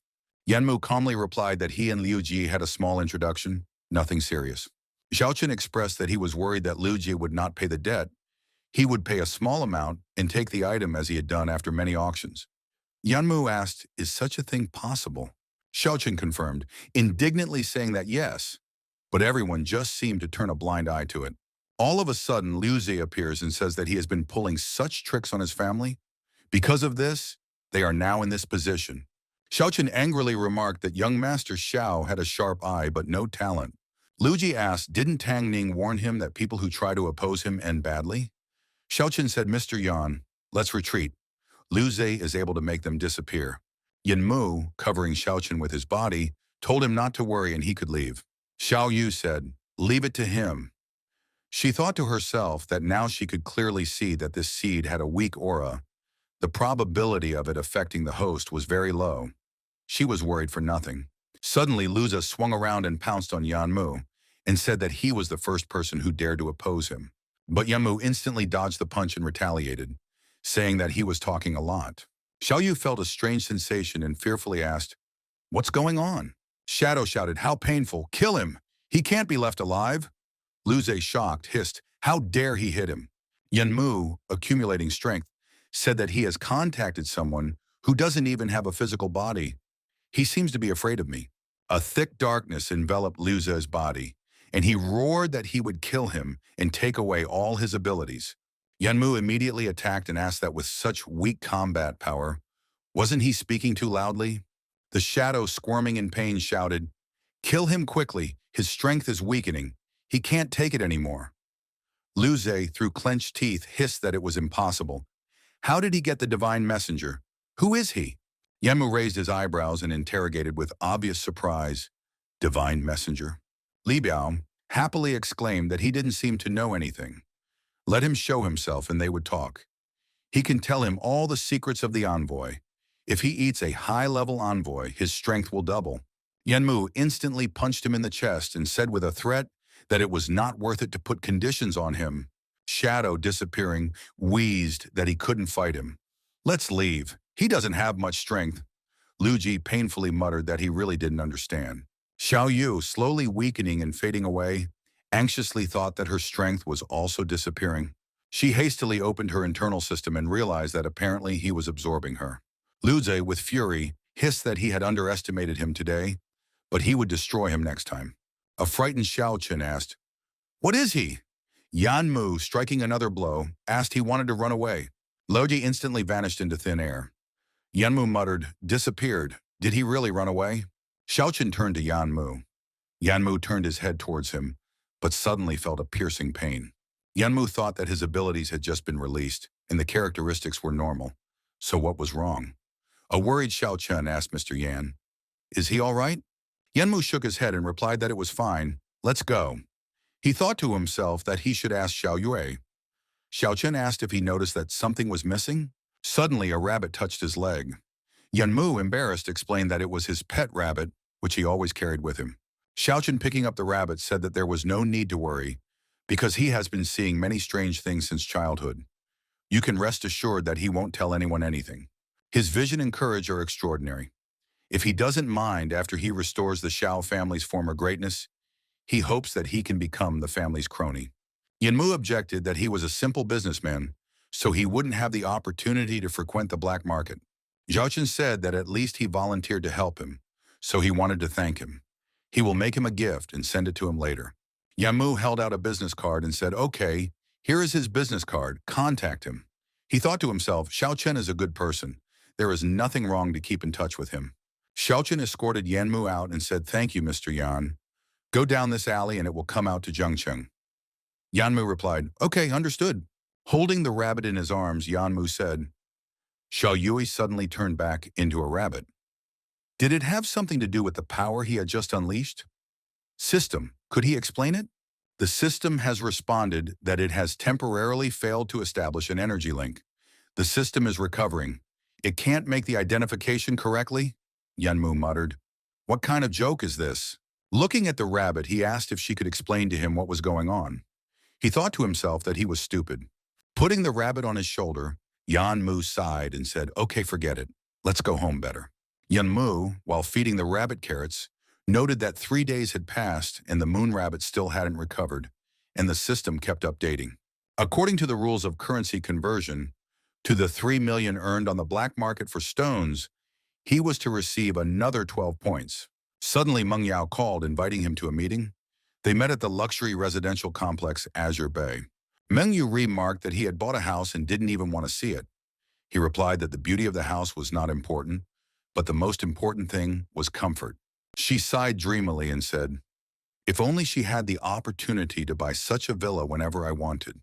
Fong Yuk Shui and Xu Fei suddenly appeared. Yanmu asked, surprised, what were they doing here? Meng Yao, taken aback, said, "Yuk Shui's sister." Xu Fei, with a caustic smile, said, "By the way, Yanmu, did he remember that Ms. Fan is his ex-girlfriend? He left such a pretty girl for a student?" Yanmu took Meng Yao's hand and took it to the side, telling him to keep it to himself. Xu Fei, shifting to a more serious tone, shouted that he had bought Ma Dong's company from Lao Zi. So what would he do now? Yanmu replied that he sold it immediately after buying it. He was afraid of ruining such an unlucky company by holding it in his hands. He thought to himself that he was able to make 100 million for nothing. Mengyo asked, Yanmu, did he found the company? He replied that he had recently won the lottery and founded the company. He wanted to let her know later. Her words sounded a little sad when she said that meant that Sister Yuk Shui really only liked his money. Yanmu calmly said, "It doesn't matter. If she meets them in the future, just leave. These two don't have good intentions." He mentally noted that Xu Fei had a death aura, and Fang Yuk Shui had a seed-like aura, which was not good. Meng Yao, pulling out the tickets, said, "By the way, the day before yesterday, she participated in an event and won 2 tickets to an amusement park. Today is the last day. Does he want to go?" Yamu happily agreed. He thought to himself that it seemed that neither Meng Yao nor he had been to the amusement park yet. After an hour in the park, Meng Yao, studying a map, suggested, "First ride the roller coaster, then the pendulum, cars, and so on." Yamu wondered and thought, why does this kid like everything so extreme? A teddy bear approached them, offering a promotional booklet. Meng Yao accepted the booklet and thanked her. Suddenly, she exclaimed, "Yan Mu, there is a limited time air rifle shooting competition here. 10 shots, 10 hits, and he will get the prize of a limited edition panda doll." Yan Mu asked, "Do you want to give it a try? The shooting range is right next door." The girl took off the teddy bear's head, thinking that there were still so many things not done. Would she have time to finish today's work? She remembered the man's words that if she didn't want to be punished, she should hand out these flyers all week, after which he promised to put her out of line. Yanmu, after taking 10 shots, hit all 10 targets. Meng Yao enthusiastically shouted that he was amazing. The man assessed his marksmanship and said that he shoots at the level of a professional athlete, unless you don't come to see him again. Yanmu politely said that he was honored and it was his first time playing. He asked Meng Yao if she liked the panda. She replied, "Thank him, she likes it a lot." Suddenly, men accosted the girl and said, "Sis, it's hot today. It's hard work. Let me help." The girl replied sharply, Go away, guys. Her work this week is not finished yet. Yanmu recognized the girl as Qin Yingyun. He asked, do they know each other? Meng Yao replied that she was 2 grades older than her, a very talented musician. She debuted after high school, but she hadn't heard from her for the past 2 years. One of the men covering the girl's face with a rag hissed, "Can she handle it?" 2 days left, and 10,000 leaflets have not been distributed yet. The boss is losing patience. Meng Yao shouted, "Hey, stop it!" Yanmu anxiously said, "Meng Yao, don't go there." Yanmu handed her the rabbit and approached the group of men. He coldly demanded, "Let the girl go or he would call the police." One of the men looked at him angrily and asked who was he to meddle in his affairs. Yanmu took out his phone and called out Lei Feng's name. The man abruptly knocked the phone out of Yanmu's hands and muttered through his teeth, "Playing with him? Does he want to die?" The other men supported him and said, "Let's deal with this problem first." The man said that if he wanted to be a hero and save the beauties, he should take care of himself first. Meng Yao took out her cell phone and said she would call the police. The manager said, "Baby, it's no use calling. Those hooligans have been here several times this week. They hide when the police come." The men began to approach and attack. One of them said threateningly that he didn't seem to know that this was Boss Ho's territory. "You dare to argue with the leader?" Yanmu, with surprising ease and speed, disarmed several attackers. Suddenly, a blow from behind. Yanmu, surprised, parried the attack and immediately incapacitated the attacker, and then seriously asked why get into a fight when he didn't even know how to fight. Gently lifting the unconscious girl into his arms, Yanmu waited for the police to arrive. The officer loudly told everyone to stand and asked, "What's going on here, kid?" "Who called the police?" At the hospital, the police officer explained that the situation was special, so they asked them to come to the hospital to testify. Yanmu replied that it was most appropriate to cooperate with the police, but he heard 3 human traffickers say that this neighborhood is Boss Ho's territory. Amazing people? He thought that if he remembered correctly, this Boss Ho was also involved in drug smuggling. Qin Yin Yun had successfully passed on information about him. The policeman explained that he was the head of an entertainment company. They suspect him of drug trafficking. If they have evidence, please provide it to the police. Suddenly, the girl woke up and exclaimed with difficulty that she had proof. She took out a baggie and said she stole them from the company. Boss Ho often kept her in the basement where the drugs were hidden. She added that she managed to escape, but she was followed every day. She had no chance of escaping. Today they were going to find her missing. That's why they had come to catch her. The policeman assured me that this evidence is very important. Don't worry. The police will keep the information about her in the strictest confidence. The girl said firmly that she would provide them with more evidence even if she had to die. They must stop all this. Yanmu approached her saying that he admired her ingenuity and courage. He put up his business card and said that when it was over, if she wanted to, she could go to work for his company. The girl asked who he was. The policeman replied that this gentleman was the one who had saved her today. Yanmu said goodbye and said, "Comrade policeman, if he doesn't mind, he will go home."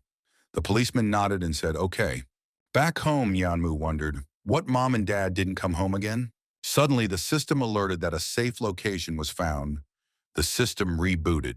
Yanmu found himself in an unknown place and muttered that this place seemed to be different from the last time he saw it. He began to read the hieroglyphics on the wall. He was born in the void. First appearing in the world of the Empire, he was confused. Is this written in the Pangu language? Xiao Yue explained that it was a description of God's creation. Pangu was just his incarnation on Earth. He could read the whole text with his hand against the wall. He put his hand to it and read that since his birth, the world had been quiet and time was empty. He only sought to collect all sorts of rare treasures and observe the changes in the world. Suddenly, however, a guest from beyond the sky arrived and wanted to seize what he had created. He fought the criminals for over 10 days and a thief attacked the treasure warehouse. There was nothing he could do about it, having been stabbed in the back by the enemy. In anger, he slaughtered over 10,000 thieves and was seriously injured. But there was no chi in the world for him to recover. Chaos cracked and the rats invaded the world. He sealed himself to protect the world and continued to be reborn, waiting for the time of rebirth. Yanmu said that in their days, other invaders are called seeds. If one is able to fight 10,000, he must be a creator god. Zhou added that they are the highest form of seeds from which they emerge. They are called the space-time lords. These beings who live long enough in the cracks of time and space are quite capable of destroying the world. Yenmu further said that this is his abode. There are countless treasures here. Don't destroy them. Don't take anything out of here. Then looking around, he noticed the piles of gold and muttered that he was indeed a cheapskate. Yamu questioned, what if she couldn't take anything with her? What was the point of being here? Xiao Yue replied that according to the system's order, he would receive the first trial of the Lord God here. She explained that the first trial was a mental demon. As for who the enemy would be, only he, the one undergoing the trial, would know. Yanmu asked, what is Kanglangar's mental method? Xiaoyu explained that the Kanglangar mental technique was created by the creator god. It was said that ruthless enemy troops could be destroyed by the last stage of the technique. It could be said to be the foundation of all martial arts. Yamu skeptically asked, isn't this a cheating technique? The girl said, think carefully, and when you are ready, just select yes in the system interface.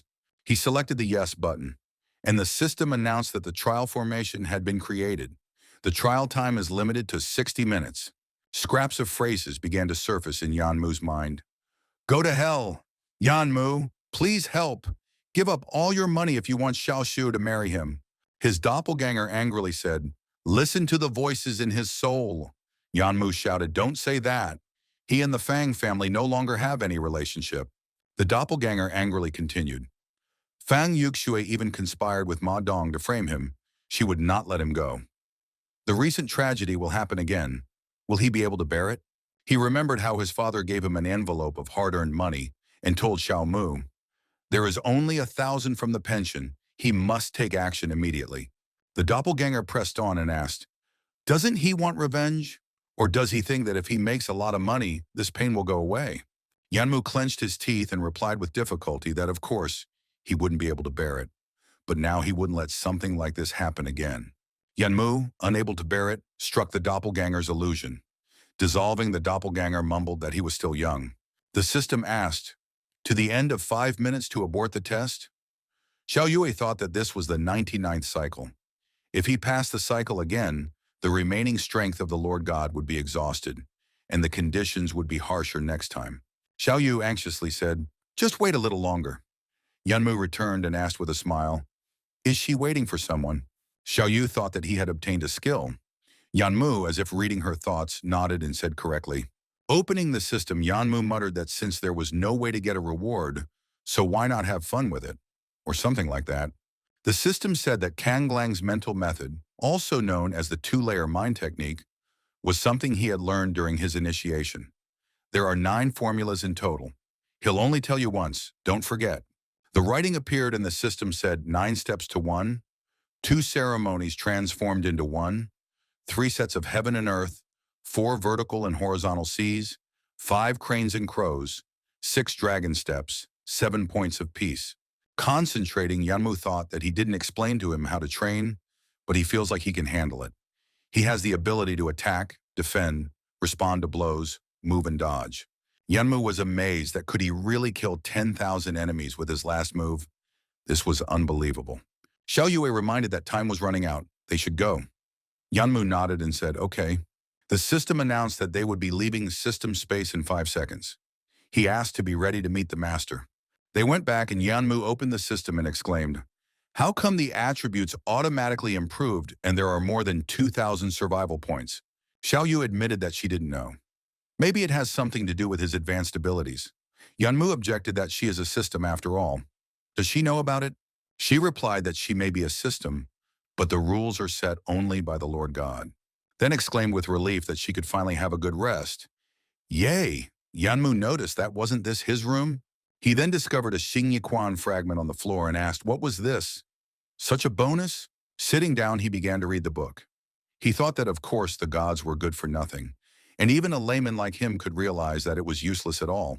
Suddenly, he remembered that Tang Ning was obsessed with practicing martial arts. Even though it was just a fragment, perhaps it would help him understand a path or two. Meanwhile, the system reported that their task was to find the fragments of the primordial god, help him to be reborn and become the master of time and space. Xiao Yue asked if he could change her name. System asked to change it to Bullion? Luck? Zhao Yu, unable to bear it, hit the system interface and said that she was sick of him. Go away. Suddenly, the system seriously stated to IUA, this is the last time they communicate. Slowly disappearing, he said that after he became the Lord of Time and Space, he would rule the world again. Xiaoyu, looking at the moon, thought that Lord God's will seemed to have completely disappeared. The next day at the inn, Tang Ning asked Mr. Yan, the girl they were with last time didn't come? Yanmu replied that she had some business to attend to. He thought that since that night, the moon rabbit had disappeared, but the moon eye system was still attached to it, but only the mechanical functions of request, record, and purchase remain. He anxiously thought about where Yue Ming had gone. Could she be too far away from me? Tang Ning interrupted his musings by saying, Mr. Yan. Yan Mu awkwardly apologized and said that he had been thinking. He said that today, in addition to talking about the cooperation between the Tang and Xingyun families, he brought a gift for Tang Xiao. It is a technique fragment for boxing that he found by chance. He heard that Tang Xiao likes martial arts, so he brought it. Tang looked at the book and was shocked. Yan Mu modestly added that, however, it was an old book, contained little information, and had no strong effect. Tang Ning excitedly exclaimed, no, Mr. Yan, this book is very important to the Tang family. Of course, only an experienced person could understand her true meaning. It's good that it will be of use to him, Yan Mu said, nodding. Tang Ning, interested, asked if Mr. Yan practiced martial arts. Last time at the investment conference, he had performed well. Yanmu was embarrassed, blushing slightly, and said with a slight smile on his face, don't flatter him, he is only an amateur. Tang Ning came closer and said, not true after all, let's give it a try. As long as the cooperation between the Tang family and Nebula is on the level, he agrees to anything. Yanmu mentally thought that he was indeed an arts-crazed fool. They headed to the backyard. Tang Ning explained that this was where he practiced martial arts. Mr. Yan, please don't hold back. Yanmu replied that he wouldn't insult him like that. He had recently learned some basics of martial arts and would like to ask for some advice. Tang Ning, attacking with a sharp hand strike, said, here he comes! But Yanmu easily blocked the attack, and then instantly intercepted his hand. Tang Ning thought in surprise, what kind of quick reaction is this? Yanmu wanted to throw him across, but Tang Ning easily dodged the counterattack. Tang Xiao's skills are very good, praised Yanmu. Tang Ning said that his were also good. He suggested that we continue sparring. After a few rounds, Yanmu took a breath and asked Tang Xiao, do you want to continue? Tang Ning, wiping his sweat, recognized that with his skill, he could enter the top 3 rankings of ancient martial arts. He was no match for him. Yanmu smiled and said, don't make fun of him and don't call him Mr. Yan. Just call him Yanmu, it will be more convenient. Tang Ning immediately agreed and said good day to him. Let's better make a cooperation agreement. In the evening, Yanmu came to the Nebula Group of Companies office. When he saw Zhang Peng, he asked why he hadn't gone home yet. Zhang Peng, surprised, asked, Mr. Yan, is something wrong? Yanmu, holding out the folder, said, came after he did not answer the call. Open it and take a look. This is a great thing. Zhang Peng, unable to believe his eyes, read that the Tang family was willing to provide raw materials to Nebula while only demanding 10% of the profits. Yanmu said that somehow, but there are still other requirements. Tang Xiao said that the final changes will be made tomorrow. Zhang Peng joyfully and confidently declared that this was enough. He would definitely not let him down. Yanmu, getting up, said, okay, then he will go home, and he let us also let him not linger.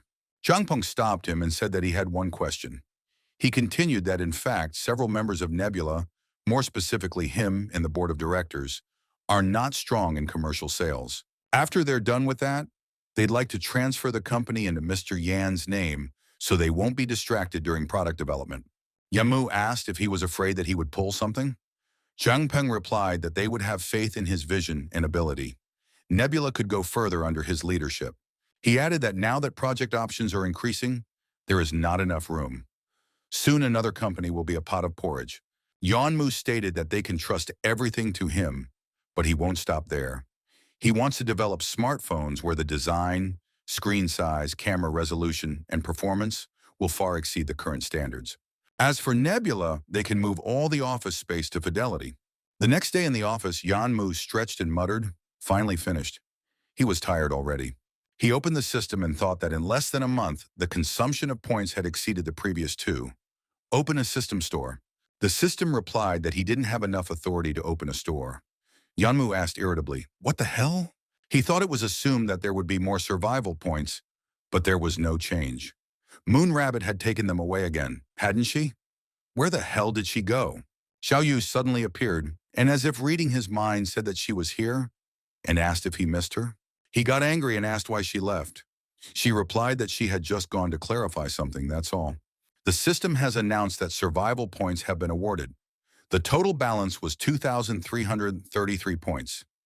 Yan Mu, disbelieving, repeated 2,333. Suddenly there was screaming outside. Call the police! Someone's going to jump off the building. Girl, just tell me what's on your mind. Don't jump. Yamu exhaled deeply, trying to pull herself together, and tiredly told her to get off the windowsill now. But Xiao Yu suddenly tensed up, her face distorted with a strange expression, and she smelled the scent of seeds. She shouted, "The owner here is Ah Zhen." Ah Zhen was on the roof. She smelled the seeds.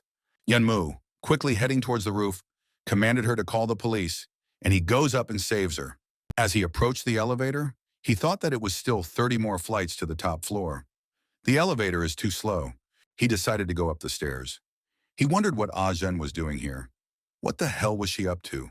Meanwhile, Ah Zhen, standing above the abyss and holding the knife, whispered, "Kill them all." Yamu abruptly opened the door and said, "Ah Zhen."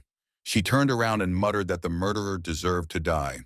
Yamu, affectionately and tenderly, asked Ah Zhen what was going on. He might be able to help her. He thought that such a small distance, he could save her. She uttered with hatred in her voice, "Guilt let Yan Mu feel guilty." After she finished speaking, she turned towards the abyss and jumped. Yanmu shouted in horror to Ah Zhen. Yanmu, reacting lightning fast, rushed forward and managed to grab her arm at the very last moment. Gently lowering her to the ground, he thought anxiously that it was very close something had happened to her. He noticed her knife was covered in blood and thought hopefully she hadn't killed anyone, had she? Suddenly she opened her eyes and with a wild glint in them, shouted, "Yanmu! She wants him to die!" Yamu grabbed Ah Zhen's hand, stopping her and exclaimed, "Ah Zhen, come to your senses. It's him, Yanmu." Zhao Yui appeared and explained that someone was controlling her. Touch her forehead with your fingers and try to release her powers. Once she is free from the influence of others, she will return to normal. Yanmu gently touched her forehead. His fingers lingered for a moment, and a shadow left Ah Zhen's body. Yanmu asked, "Now will everything be all right?" Suspicions were swirling in his mind. Who did it? Fang Yuxui or Zhelu Jie? Xiao Yu said, "Let's take her to the hospital and let the police handle the rest." At this time, the police had already arrived and were shouting at people to disperse. "There's no need to crowd here. It's dangerous." Yemu affectionately lifted Ajin in his arms and confidently said that it was time to leave this place. At this time, Zhang Ping entered the office and exclaimed, "Director Yan, it's about the smartphone he mentioned. They have already developed a rough model." His office was empty, so he just left the folder on Yan Mu's desk and said, "Okay, I'll just leave it here." Xiao Yu asked that wouldn't they be looking for the person behind all this? Yan Mu replied that he would show up sooner or later. Rest for a while. He has a lot of things to do. He noticed the folder, and after opening it, he thought, regarding the scientific and technological field, Zhang Pengyue is indeed a genius to develop such a detailed plan in a short period of time. The folder said that the 3D model of the sample smartphone, as well as its detailed specifications on a flash drive. Yanmu thought in surprise, "A flash drive?" He began to nervously search the table. Zhao Yue asked, "What's wrong? Did you lose something?" He asked, "Did she happen to find a flash drive here?" She replied that she had been by his side the whole time. How could she have withheld such a thing? He called Zhang Peng and asked him if he had left the flash drive in his office. He replied that he was not there, so he just left all the documents on his desk. The flash drive should be there too. Yamu frowned his eyebrows anxiously and said, "She is not here," and asked Zhang to go to him. Meanwhile, Xu Fei hummed and said that this girl looked so fragile. Who would have thought that she would dare to attack him? Feng Yushu thought he was a brainless cretin. Xu Fei asked, she had said that Ajin would deal with Yan Mu, right? Feng Yushu replied, "That's the way it is. Even if it doesn't work out, she should be able to do quite a bit of damage to his health in time." He said, "Great, because he can't stand this guy who thinks he's a god just because he has a little money. A man with money is betting that he was poor and neglected by women in a previous life." Suddenly, a man entered the room and holding out a flash drive, told Ms. Fan what they had asked for. She took the flash drive and said, "Great job." She will transfer the remaining amount to his account. He can be free. Xu Fei asked, "What is it?" She replied that if they didn't find out what this new project Yan Mu was working on, how would they find his weak spot? He moved closer and asked, would that really work? She said they were about to find out what he was doing there. They opened the flash drive and the man seeing the contents thought Simon in surprise. Didn't she tell him that he was free? The money will be transferred to the account, Fang Yushi said, not hiding her irritation. The man nervously replied that Miss Fan was very generous. He had no doubt about it. One of Xingyun's developers is his competitor. Intelligent technology is his specialty.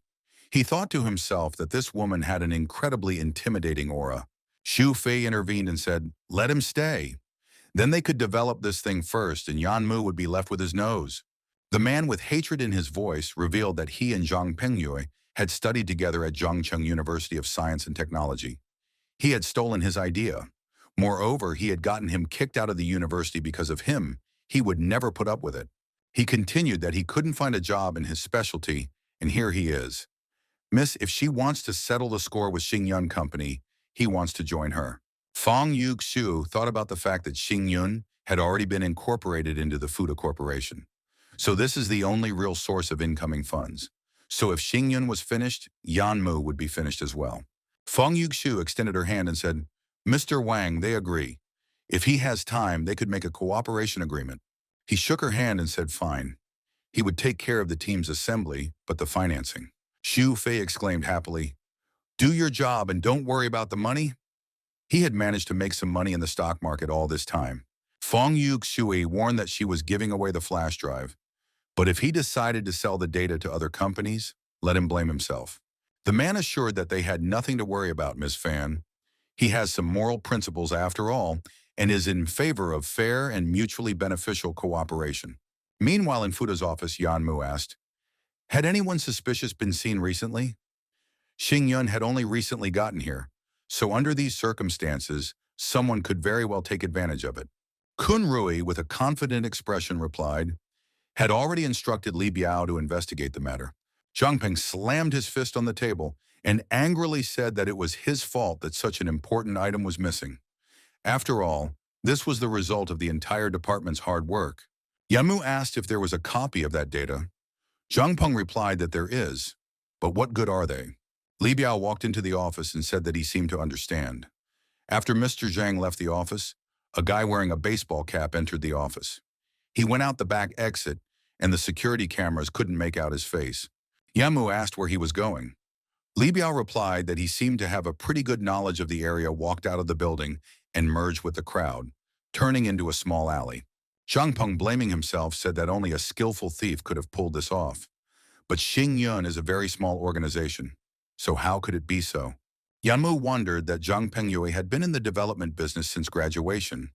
Where could he have made enemies? And Kun Rui used to be in the real estate business in general. Suddenly he said, Fang Yuxiu or Zheliu Jie, then commanded, Mr. Kun, he and Li Biao will handle the interrogation of the staff. Those who have anything to do with the Luntang, Madong, and Wangjiang Liu families are dismissed. Improve the surveillance system so it doesn't happen again. He figured they wouldn't leave them alone. Kun Rui replied that everything would be done. Zhang Peng sadly said, Director Yan, what should he do? Everyone tried so hard, but because of his negligence. Yanmu confidently said that everything was fine. They would always be one step ahead. He scrutinized this folder. He was inspired by the first smartphone in 1992, right? Zhang Peng replied that it is. Its specialty is touchscreen and network capability. Since it is a cell phone, some parameters had to be improved. He held out a box and said, look at this. What they are going to do is a qualitatively new thing. Zhang Peng, with his eyes wide open and an expression of utter stunned on his face, stood there, unable to believe his gaze as he opened the box. He took the phone in his hands and asked Director Yan in surprise, is this a new cell phone? Yanmu replied that it was a plastic model made by his good acquaintance. Take a look. Zhang Peng, looking at the phone in bewilderment, said, but there are only 3 buttons. Is it too much? Yanmu said no. The information age is upon us. Everything is about ease, speed, and convenience. And the same goes for phones and computers. Routers were also invented to provide more convenience to the user. These phones have screens that are too small. which is extremely inconvenient for playing games or just surfing the internet. Zhang Peng agreed and said that it was true, but he was afraid that the current technology would not allow something like this to be created. Yamu came closer and reassured him and said, "Don't worry, he would do his best to get the necessary funds and equipment." Zhang Peng excitedly said that he would not let him down, Director Yan. When Yanmu left, he said that he was in charge of the project development and that he would take care of the rest. He believes in him. After arriving at the hospital, Xiao Yue asked, "So what do you think about what happened to her?" Yanmu replied that this and the theft of the flash drive, none of this is an accident. Someone has a grudge against him. She offered to get inside her head, to go through her recent memories, though you'd have to spend some points. Yanmu's hands shone with a golden light as he touched her forehead and said that they couldn't do without it. He saw Ajin peeling an apple for his father and said that the doctor said he would be able to walk very soon. Ajin sadly added that another 200,000 needed to be paid for the treatment. What should she do? Suddenly, Fang Yuxue and Shufei appeared. Shufei said that if she helped them with one thing, paying his father's medical bills wouldn't be a problem. And Zhen frightenedly told Miss Fan why they were here. There is no way she can help them. Fang Yuxu reminded that she had already turned her back on Yan Mu last time. Hadn't she forgotten? Ah Zhen objected, her face expressing concern when she said that they were doing it illegally. Shufei snorted disdainfully and said that this Yan Mu just wants to force Ms. Fan into submission. What a brainless wench. And Zhen shouted in anger that he was the one who was brainless. This woman is deceiving him. Shufei grabbed her arm and roared, "Stop slandering Miss F.A." Fang Yuxu, touching the medical tube, said that she absolutely doesn't care what she thinks about it, but thinks that if she just pulls out this tube now and he dies, she won't care. And Zhen shouted in horror that she wouldn't do that. She would call the police right now. She wasn't going to help them. Fang Yuxu pulled out the tube and said that she had made her choice. The air stopped flowing to Ajin's father, and he began to suffocate. Ajin, in desperation, snatched the knife, screamed to let her go, and slashed Shufei's hand. Shufei, holding on to the bleeding wound, shouted, "How dare she, stupid woman!" And Zhen, walking up to her father, sobbing, shouted, "Daddy!" The memories were interrupted. Yanmu concluded that after that, Fang Yuxue took advantage of Ajin's hatred for her and, controlling her, tried to take out her anger on him. Xiao Yue added that Ma Deng also what to do. Yanmu replied that he really didn't understand why she wouldn't leave him alone. But they won't get away with it this time. Let's go to Father Ajin's room. Maybe they can find some clues there.